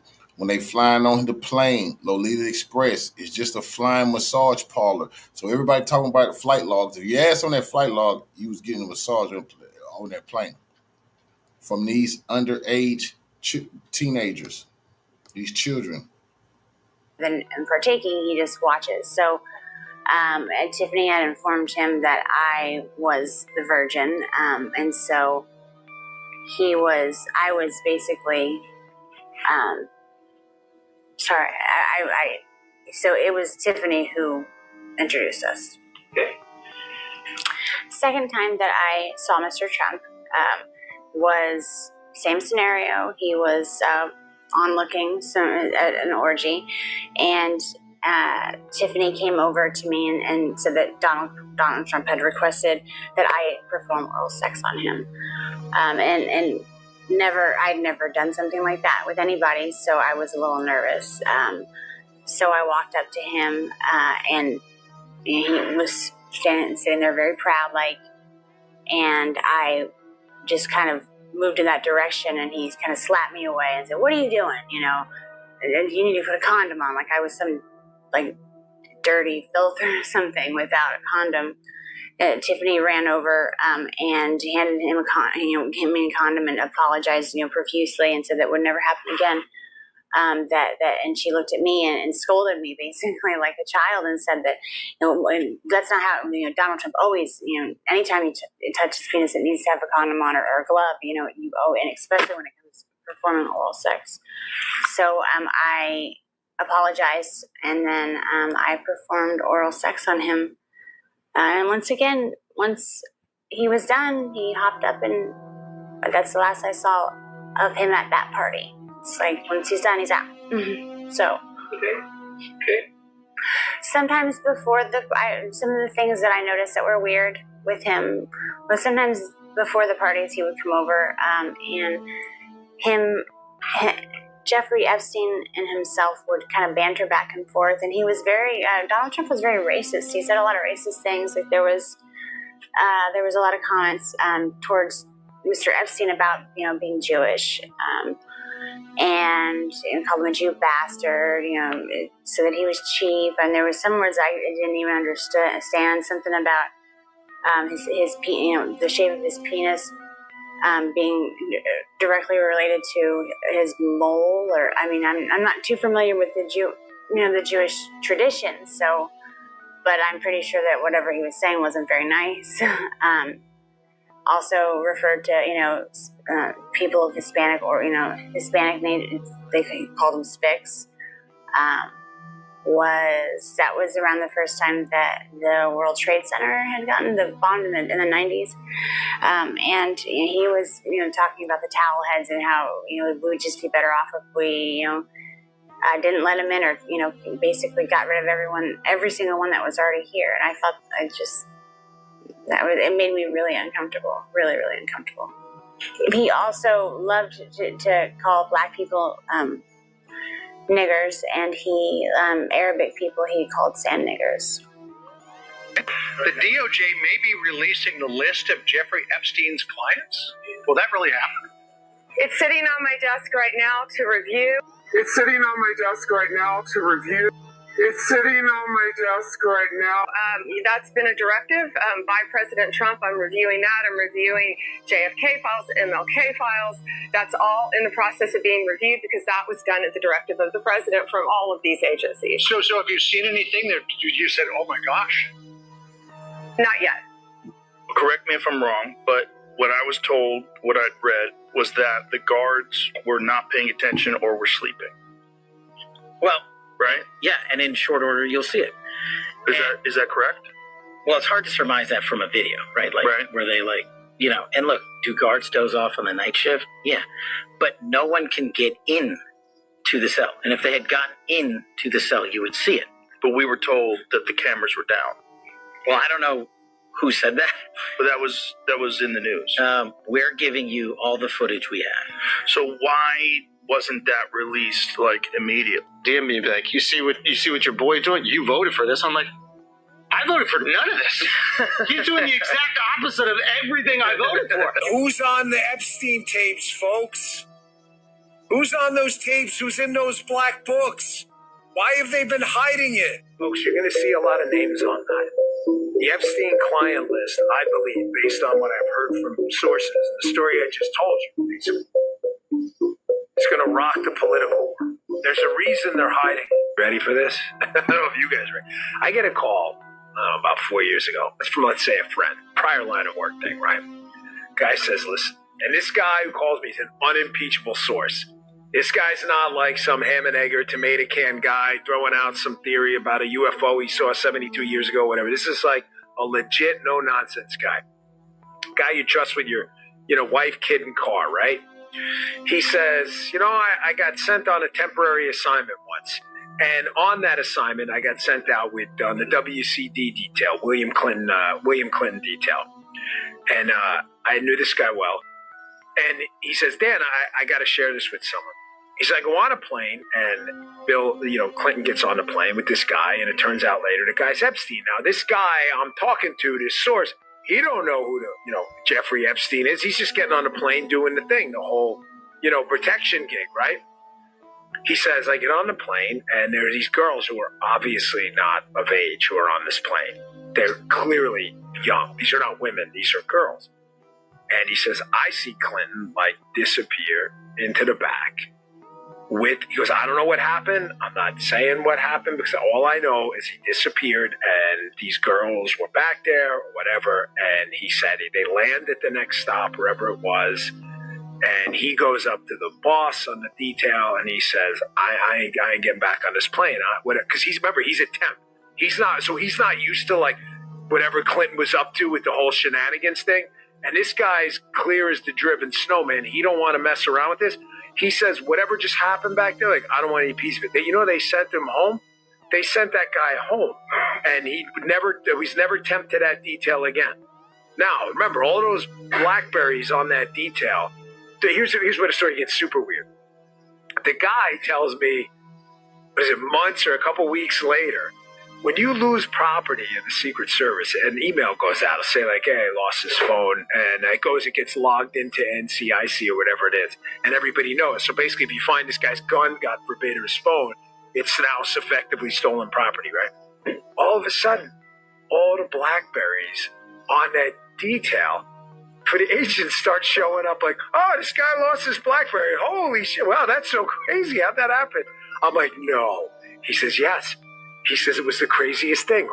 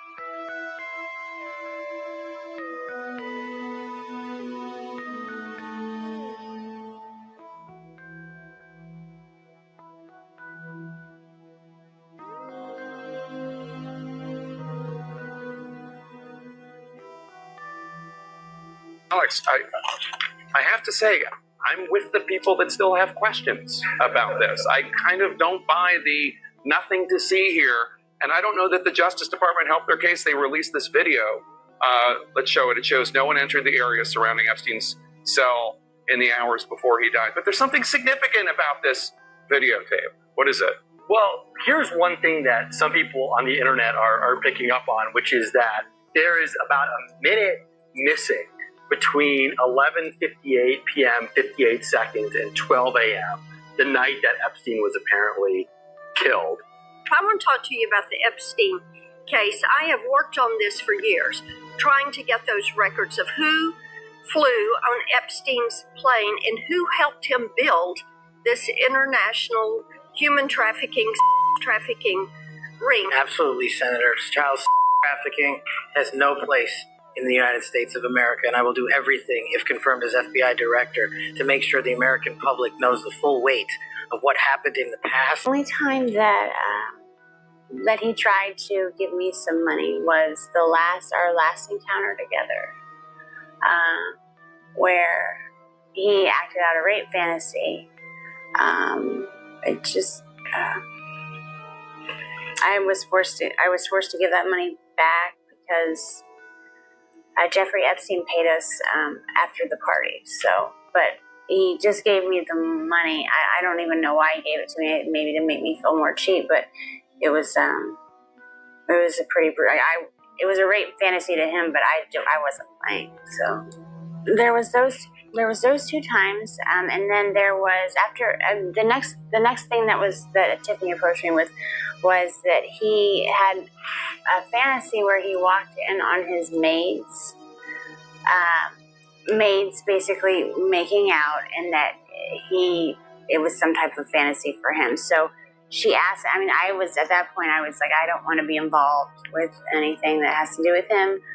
But she's like, you were just basically the other one. So there's nothing that you will have to do. Just don't, he's requesting you to be involved. So I reluctantly, I felt like I didn't have a choice there. But it was basically, he's walking in, his 2 maids. I was one of the maids. I was the white maid. And there was a Spanish girl, Maria, who was the Hispanic maid. And we were making out, and he walks in and he gets really angry and threatens to call immigration on Maria if she doesn't come over and make things right and give him a blowjob. So while she is over there giving him a blowjob, I am just trying to, I'm supposed to look scared, like, oh no, and cleaning up things and pretending like I'm trying to go back to my job as a maid. And then he's being so rude to Maria. I felt so bad for her. Even though I guess it just didn't seem like a fantasy. It didn't seem like it's the weirdest fantasy as far as that. He was threatening to call immigration on her, so that she didn't know how to, she wasn't even near going down to give him, perform oral sex on him before he slapped her away and said, what are you doing? You need to put a condom on, and she's trying to, I'm so sorry. And he's like, can't even understand what you're saying, and just, speak English, he called her derogatory comments. And then he's like, you know what? You don't know what you're doing. Have her come over and show you how it's done. And so I said that I didn't, I had to go over there or else he was going to call immigration on Maria. I didn't know if it was true or not, but I felt that, he said that if I didn't show her how to perform oral sex on him, then he was going to call immigration on her and then get rid of us both. It was anything that was in relation to him getting off or being satisfied or happy had to do with him being in power, but extreme power. And it's very hard to even, it was always intimidating when he was like that. It was always you didn't really know if it was true or, I mean, like if you refused to play along, would he really call immigration on Maria? Would he really get rid of us both? And I didn't even want to know what that meant. You know, I always didn't, it wasn't a game. It just felt like it wasn't a game. Yeah. The one night that I had the blonde wig on, he mentioned that I looked like, you know, I looked like to, you know, that I reminded him of his daughter. And actually the maid fantasy, I didn't have a blonde wig on. I was trying to stay away from blonde wigs at the time. But he actually told Tiffany that that's what he wanted me to wear. Like, he wanted it, and anytime I put it on, anytime I had it on and he'd see me, he'd say, oh man, you look, and it wasn't like oh, you remind me of my daughter. It was this sick, evil, like, you remind me of my daughter. It wasn't like oh, you remind me of my daughter. It was this sick, evil, like, you remind me of my daughter. No, well, maybe we need to bring this up. Donald, seriously, you know about sexual predators and things like that. I mean, you are one. All right, I was going to say that, but it's true. You know about sexual predators and things like that. I mean, you are one. All right, I was going to say that, but it's true. We want to know a little bit more about you guys, so we play this game here. It's called Phase 5. I'll ask the question. Ivanka, you answer first, and then Dad, you answer also. Okay, Ivanka, what's the favorite thing you have in common with your father? Either real estate or golf. Donald, with your daughter? Well, I was going to say sex, but I can't relate that. It was just this weird pleasure, sick smile. Like, I don't even want to know what he was thinking about. I could imagine what he was thinking about. It would be really disappointing. Not really. But it would depend on what was inside the magazine. If she posed, it would be fine. But if they put her picture on... But it depends on what goes inside the magazine. Well, see, that's her gripe. That's this girl's gripe. Mm-hmm. People assume there'll be nude photos. Right, you do assume that. Okay, but if there weren't, you wouldn't have an issue with it then. If they were using her to... I don't think Ivanka would do that inside the magazine, although she does have a very nice figure. I've said that if Ivanka weren't my daughter, perhaps I'd be dating her. You know? It's so weird. I've said that if Ivanka weren't my daughter, perhaps I'd be dating her. You know? It's so weird. A lot of people are wondering, because you said last week that you have the Epstein files on your desk, when can we see them and what's taking so long to release them? I do. Jesse, there are well over, this will make you sick, 200 victims. 200. So we have, well over 250 actually. So we have to make sure that their identity is protected. Other than that, I think tomorrow, Jesse, breaking news right now, you're going to see some Epstein information being released. There are tens of thousands of videos of Epstein with children or child. What kind? Are we going to see who was on the flights? Are we going to see any evidence from what he recorded? Because he had all of his homes wired with recording devices. Yeah, what you're going to see, hopefully tomorrow, is a lot of flight logs, a lot of names, a lot of information. But it's pretty sick what that man did. Okay, well, we'll along with his that. co-defendant. Absolutely, and he had help. That's for sure. He sure did. And he had help. That's for sure. He sure did.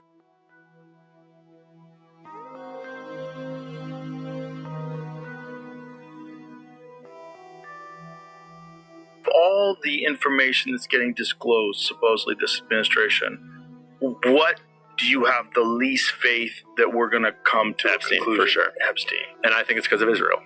I think when you really dig into Epstein, his entire network was Israel. It was clearly, like Ehud Barak was the ex-prime minister and the ex-head of Israeli intelligence.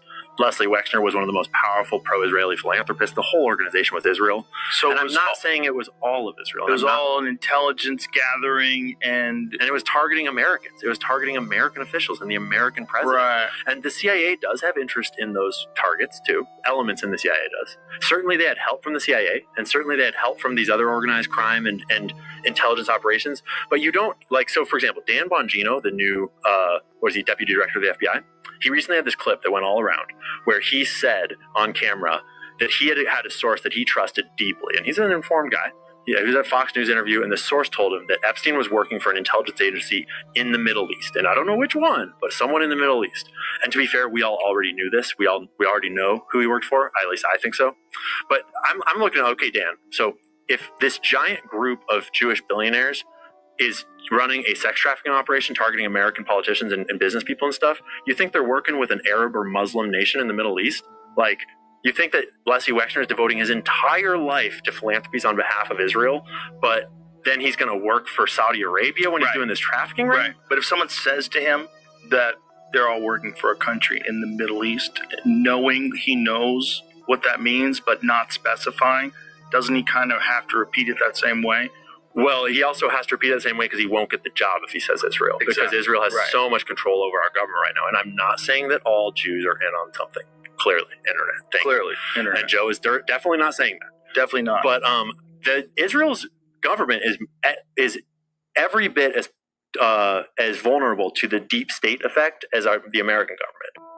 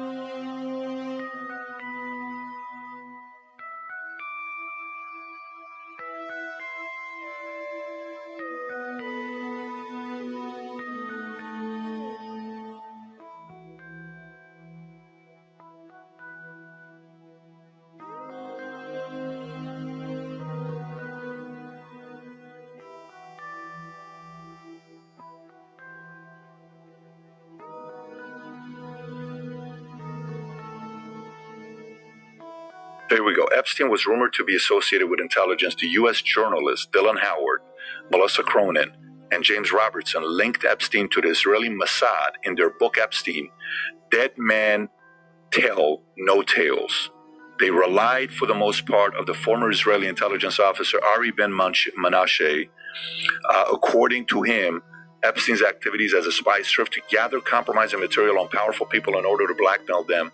There's also possible connection to the Mossad via Ghislaine Maxwell, whose father, Robert Maxwell, is said to have had contacts with the Mossad. Epstein's victim, Virginia Giuffre, also alleged Epstein to be an intelligence asset, linking on Twitter to a Reddit page that alleged Epstein being a spy running a blackmail operation. This continues. A U.S. attorney in Florida, later U.S. Secretary of Labor, Alexander Acosta, reached a settlement with Epstein's lawyer, including Alan Dershowitz, in 2008, which allowed him to receive a very light prison sentence. Acosta later reportedly stated that he was told that Epstein belonged to intelligence and that the issue was above his pay grade.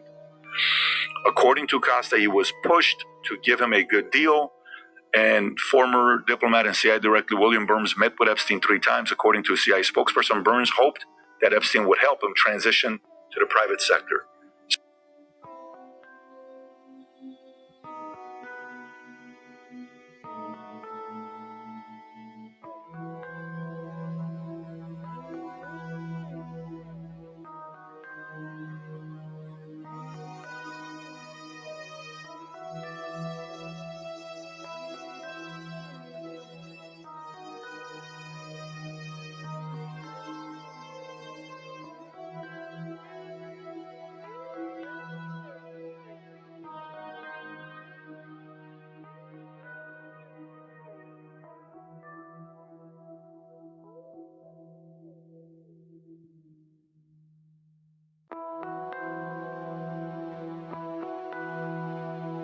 A CBS News investigation has uncovered a loophole that allows accused and convicted American pedophiles to escape justice by moving to Israel. Uncovered a loophole that allows accused and convicted American pedophiles to escape justice by moving to Israel. So Ian Lee has been following this for more than a year, and he traveled to Israel for this investigation. He worked with a group that tracks people accused of sex crimes, which estimates dozens of Americans have used this loophole.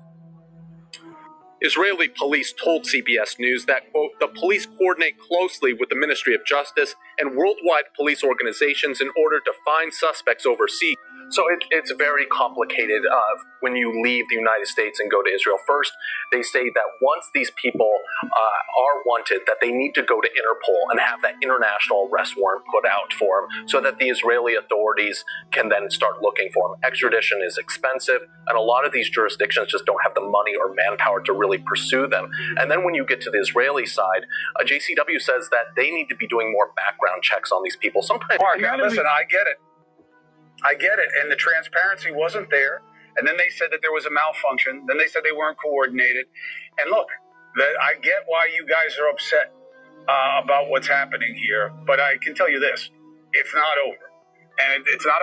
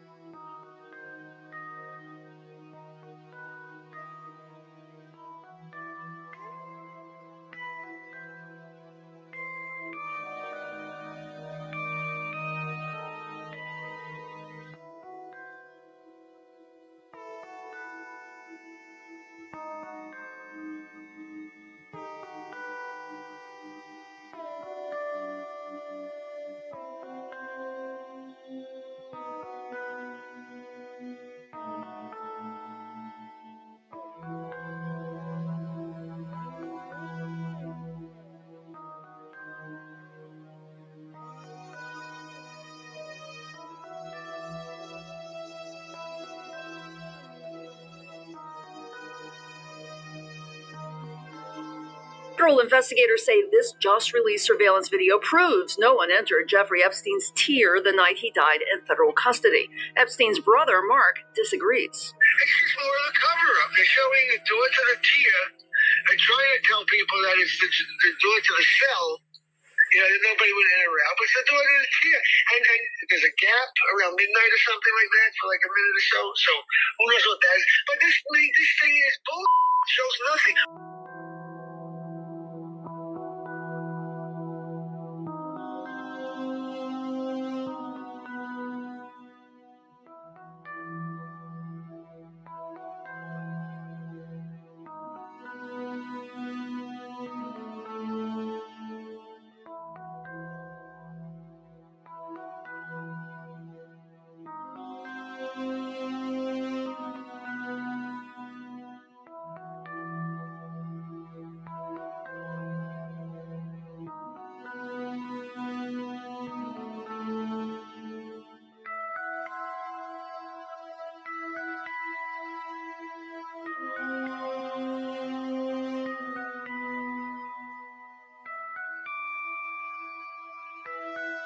There's one of two possibilities. One, whoever locked up the tier killed them before they locked up the tier. And two, somebody was already on the tier that killed them. Those are the two possibilities. Nobody came into the tier in the middle of the night to kill them and then leave. That's not a possibility. There was a camera in Epstein's tier, see it right here, but the prison has always said it wasn't working. There was a camera in Epstein's tier, see it right here, but the prison has always said it wasn't working. Mark Epstein also questions why there wasn't a common area camera aimed at Epstein's tier so you could see if someone went into the tier. And he's really mad at FBI Director Kash Patel, concluding that based on his experience, Jeffrey Epstein died by suicide. I mean, what makes him this expert? And also, What suicides has he seen?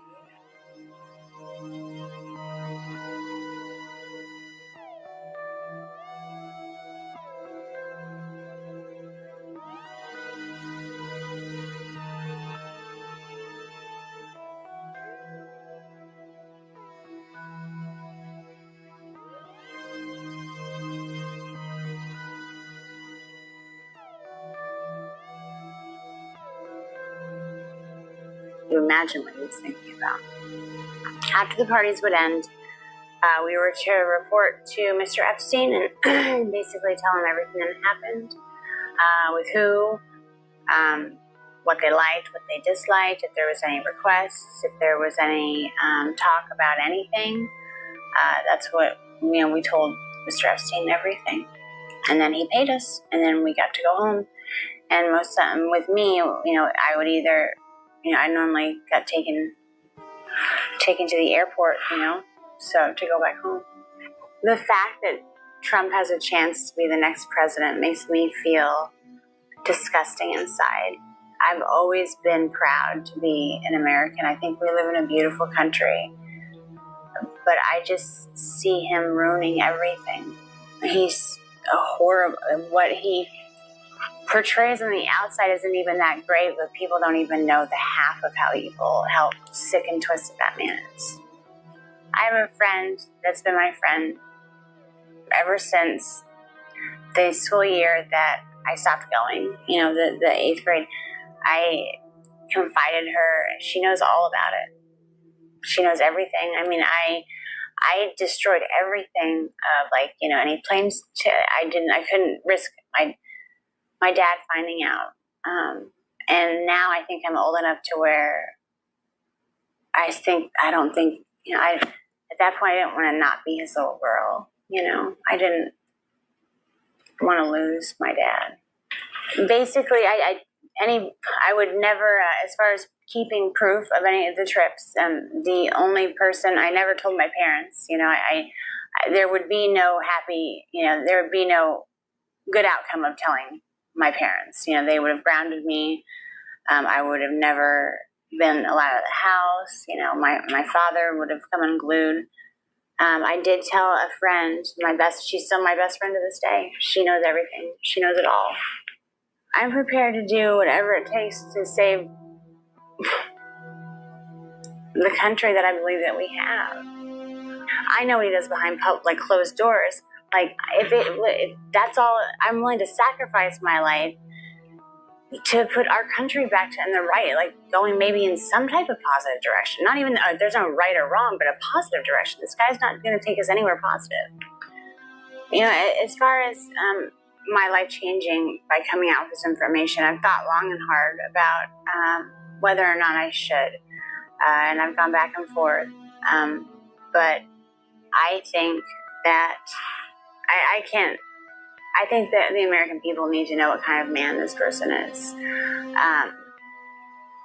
And if my life changes because of that, then so be it. But the American people need to know what they're dealing with. If I had the chance to talk to Donald Trump, I would run the other way. I'm scared of him like I've never been scared of anything else in my entire life.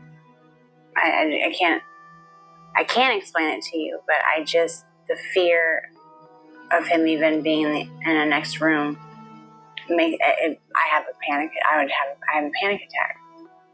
The last encounter that I had with Donald Trump, Tiffany approached me about a rape scene that was supposed to be played out, and I didn't like the sound of that at all. But Tiffany assured me that it wasn't going to be, if it was anything I wasn't comfortable with, we could stop. That she would be right there, and that it wouldn't get out of hand, and that it was a fantasy, it wasn't really going to happen. And so I told her that I would. She basically, Tiffany was always nice to me. It wasn't that I trusted her, else and I wouldn't always trusted her or done what she asked me to. But she was there, and he came in, and I was basically tied to a bed with pantyhose. And he tied him, and they were so tight it hurt to even like lay there. And I tried to say something, and it was like, he just, shut up, shut up, bitch. This is. It was basically like he was being really, really rough, and I understand. It just didn't seem like a fantasy. And I started to get scared, and he was, basically like ripping my clothes off, and I was actually I got freaked out. I told him that I didn't want to do this. I was, so I screamed over for Tiffany, and she was like, Mr. Trump, she's only, this is scaring her. And he's like, oh, you shut up too. He just turned into this animal. It was like a completely different person. It was like everyone in the room was scared of him. And I was, it was like I couldn't do anything about it. And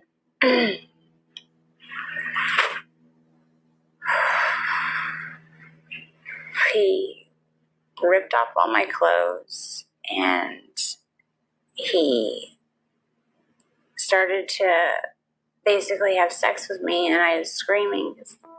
I'd never had sex before. It was my first time, and Tiffany was yelling at him too. She was saying I was a virgin, and he told us to just shut the fuck up. Just basically took my virginity while I was crying and telling him to stop, and that's basically begging for him to just stop. And Tiffany didn't know what else to do either. No one was there to help us, or me. And so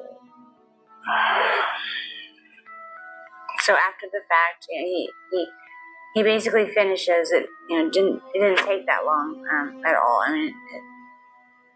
But it was just, it felt like it was like 5.5 hours. It felt like it was an eternity. Like, I don't even know how long it was, but he was done, and I was crying, and Tiffany was consulting me, and she was, apologizing. She told me that she just never put me in that situation again. But he comes over mad because I was crying. He said that I should be thankful that someone like Donald Trump took my virginity. Or he basically didn't say took my virginity. He said I should be glad that someone like Donald Trump popped my cherry, and not some pimply little 14-year-old. And I just was like, what if I said, what if I get pregnant? Not even talking to him. I didn't want to talk to him. I was talking to Tiffany. And he said, well, you'll get an abortion then, bitch. And then just walked away. And I went. I told Tiffany I needed to go home. I never went back again. How many of you are satisfied? You can clap. Satisfied with the results of the Epstein investigation? Clap.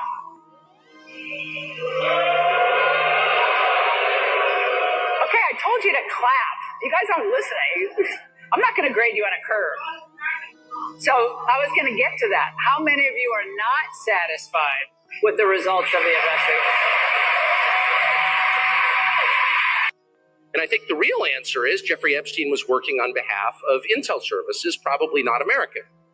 And we have every right to ask, on whose behalf was he working? How does a guy go from being a math teacher at the Dalton School in the late 70s with no college degree to having multiple airplanes, a private island, and the largest residential house in Manhattan? Where did all the money come from? And no one has ever gotten to the bottom of that because no one has ever tried. And moreover, it's extremely obvious to anyone who watches that this guy had direct connections to a foreign government. Now, no one's allowed to say that that foreign government is Israel because we have been somehow cowed into thinking that that's naughty. There is nothing wrong with saying that. There is nothing hateful about saying that. There's nothing anti-Semitic about saying. There's nothing even anti-Israel about saying that. On the Epstein files, listen, I know this is a hot potato for folks. I totally understand. My comments were clear. I'm not paid for my opinions anymore. I work for the taxpayer now. I'm paid on evidence. That's it. The evidence we have in our files clearly indicates that it was, in fact, a suicide. We do have video. It's not the greatest video in the world. I don't want to set expectations on fire. However, the video does show in that specific block that he goes in, made a phone call. You'll see 12 hours of guards going to basically check on him, come back. You'll see no one really comes out in that bay, in that area, than him. There's no one in there. When you combine that with the other evidence where we will be releasing in the coming weeks, we're still finalizing some of the products. I think it's pretty clear. However, as I've clearly indicated in some of my tweets on my official account, listen, investigations, if new information surfaces in the future on any of these cases, we're always open. I'm just telling you, there's nothing there in the file. He killed himself. You want me to get, I've seen the whole file. The Epstein files. What's the answer to that? The answer to that is the same as everything else. I'm not going to withhold information from the American public ever, but I'm also not going to rush to get it out there in a format in which they can't rely on it. I'm not going to withhold information from the American public ever, but I'm also not going to rush to get it out there. So on the Epstein matter or any other matters, we are diligently working on that. And it takes time to go through years of investigations, years of political maneuvering, and years of cover-up to get the American people what they deserve. And that's what I'm going to give them. And you're going to get the video of the cell. And you're going to see for yourself. Pages of documents. I have the FBI going through them, and Cash is also, now that we have Cash here, it's a game changer, of course. And, we're going to go through it as fast as we can, but go through it very cautiously to protect all the victims of Epstein. Now, is that the only thing that would be redacted? Will everything else be made public? It's always about protecting the victim. But you know what? We believe in transparency, and America has the right to know. But you know what? We believe in transparency, and America has the right to know. Donald Trump's own senior-most team members are the ones who promised the public that damning information that was previously hidden from them was about to be released. Watch. Huge story, again, not a lot of people are talking about. There is a little current of information I'm getting that the Department of Justice under Pam Bondi may be finally releasing a lot of information on this Jeffrey Epstein case, which is a huge deal. In this case, in Epstein's case, it is incredibly disturbing. We have flight logs, we have information, names that will come out. And the DOJ and FBI have now concluded there was no Jeffrey Epstein client list. What do you tell MAGA supporters who say they want anyone involved in Jeffrey Epstein's alleged crimes to be held accountable? This administration wants anyone who has ever committed a crime to be held accountable, and I would argue this administration has done more to lock up bad guys than certainly the previous administration. And the Trump administration is committed to truth and to transparency. That's why the Attorney General and the FBI Director pledged at the President's direction to do an exhaustive review of all of the files related to Jeffrey Epstein's crimes and his death. And they put out a memo in conclusion of that review. There was material they did not release because, frankly, it was incredibly graphic and it contained child pornography, which is not something that's appropriate for public consumption. But they committed to an exhaustive investigation. That's what they did, and they provided the results of that. That's transparency. Follow up on that, Sure. Caroline.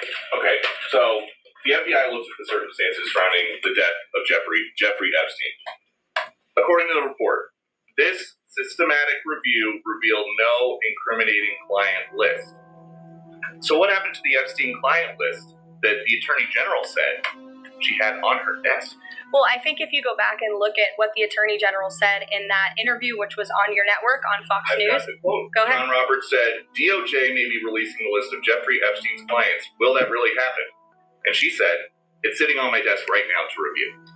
Yes, she was saying the entirety of all of the paperwork, all of the paper in relation to Jeffrey Epstein's crimes. That's what the Attorney General was referring to, and I'll let her speak for that. But again, when it comes to the FBI and the Department of Justice, they are more than committed to ensuring that bad people are put behind bars. They have an operation going on right now called Summer Heat, which has our murder rate trending in the lowest direction in United States history. Their emphasis on violent crime and locking up violent criminals has led to the arrest of 14,000 violent criminals. That's a 62% increase from the same time period last year. So this Attorney General and the FBI Director are committed to putting bad people behind bars where they belong. Obviously, we've covered some pretty crazy stuff in this video, but look at this line right here. The Attorney General has defended the memo, citing court orders and the protection of victims' identities as legal barriers to further disclosure. What are you talking about? You said there is no evidence of blackmail and there is no client list. That is very different than, oh, we can't tell you anything else because we have to protect the victims' identities. Okay, those are two completely opposite things. If you're protecting victims, that means there is a list and there's a bunch of perpetrators, okay? Versus you saying there is no perpetrator list and there's no evidence of blackmail, okay? So back-to-back days, you've said directly conflicting things, okay? Like, I get it, you're probably being told from on high to cover this up, and it's probably a challenging situation, but this is a level of incompetence when it's related to a cover. Like, I want to know at least that my elected officials or people who are in high seats of power know how to do a proper cover-up. I mean, this is embarrassing. Sure. And your memo and release yesterday, Jeffrey Epstein, it left some lingering mysteries. One of the biggest ones is whether he ever worked for an American or foreign intelligence agency.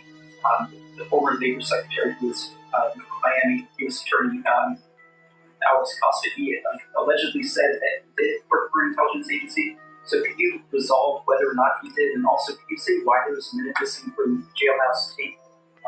Yeah, sure. Could I just interrupt for 1 second? Are you still talking about Jeffrey Epstein?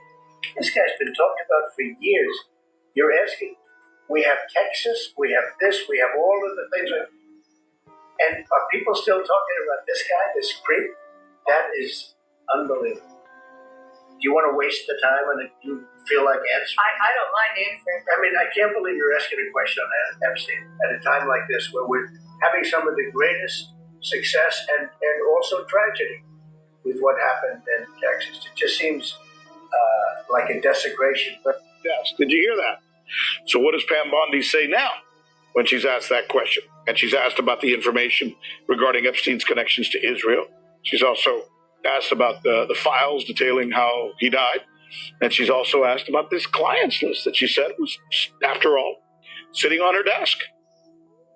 First, to back up on that, in February, I did an interview on Fox, and it's been getting a lot of attention because I said I was asked a question about the client list, and my response was, it's sitting on my desk to be reviewed, meaning the file along with the JFK, MLK files as well. That's what I meant by that.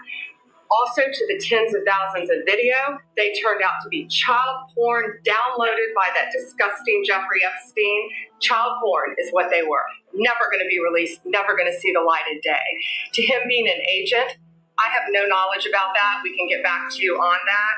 And the minute missing from the video, we released the video showing definitively the video was not conclusive, but the evidence prior to it was.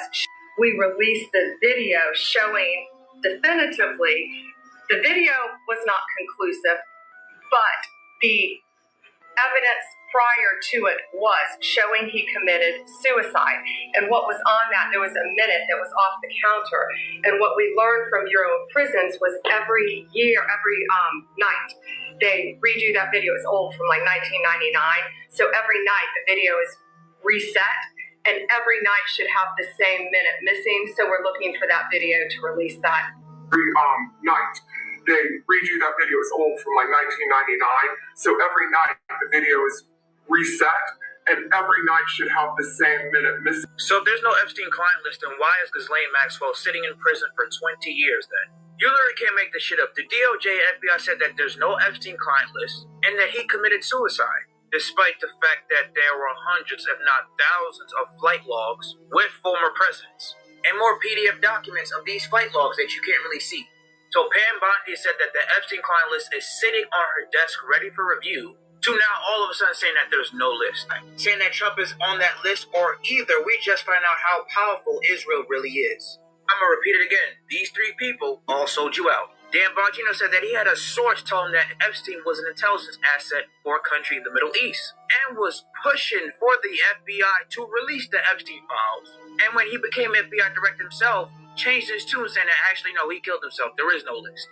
To now saying in a not too long ago interview that Israel and the defense of Israel is close and dear to his heart. 2 years ago, Kash Patel was ranting about the FBI hiding the Epstein client list. Now that he's in charge of that exact same bureau, saying that the list doesn't exist. And if you look at Kash Patel's girlfriend, Alexis Wilkins, who is a country singer, also works at Pratt GU as a media personality, who is connected to the CEO of Pratt GU, Marissa Straight, who was born in LA, then moved to Israel where she served in the military for the Israel Defense Forces. If you think this is a coincidence to this, you need to have your head examined. Trump on his presidential campaign promise said that he will release the Epstein files if he was elected. And now saying there's no files. And he's going to have his master Benjamin Netanyahu at a White House dinner, coincidentally hours after saying that there's no list. So this photo op was all for nothing. And Elon Musk was 1,000% right when he posted this. And what's even more hysterical is the fact that they decided to release security cam footage of Epstein, and there was a whole minute missing from it. This did not quiet down conspiracy theories. It even amplified it even more. So if the DOJ and FBI saying that she did not sex traffic any kids to nobody, she should be immediately released from prison and release the files if there's nothing to hide. But they won't because they're protecting themselves or they're hiding for somebody or a group of people. Now to the breaking news overnight about the Jeffrey Epstein files and the conspiracy theories officially being rejected. Overnight, the FBI and Justice Department releasing 11 hours of footage they say helps confirm notorious financier Jeffrey Epstein died by suicide in his Manhattan jail cell in 2019, awaiting his sex trafficking trial. According to a memo detailing the findings, investigators found the video showed no one entering the area in the overnight hours before Epstein was found unresponsive. But perhaps the biggest bombshell, investigators say they found no incriminating client list of Epstein's, no credible evidence that Epstein blackmailed prominent individuals, and no evidence that could predicate an investigation against uncharged third parties. For years, Epstein has been at the center of conspiracies surrounding both his death and a rumored client list allegedly used to blackmail powerful men. And just last month, while feuding with President Trump, Elon Musk posting, "Time to drop the really big bomb. At real Donald Trump is in the Epstein files. That is the real reason they have not been made public. Have a nice day, Donald J. Trump." But Musk later deleted that post and others, saying he went too far in attacking Trump. The president saying he cut ties with Epstein nearly 2 decades ago, saying even Epstein's lawyer cleared him. This is the first time the Trump administration has officially contradicted conspiracy theories about Epstein, theories previously pushed by members of the administration. So then we told them there is no client list. Sergeant Cornelius, are you sure this will turn the frogs gay? Of course. They'll never see it coming. You'll never believe it. Some of them are still wearing masks. Idiots. And then we told them to drink soybeans instead of milk, and they did it. Footage is missing 1 minute. How convenient. Epstein case closed. Client list gone. Epstein case closed. Client list gone. Goofy. Follow me.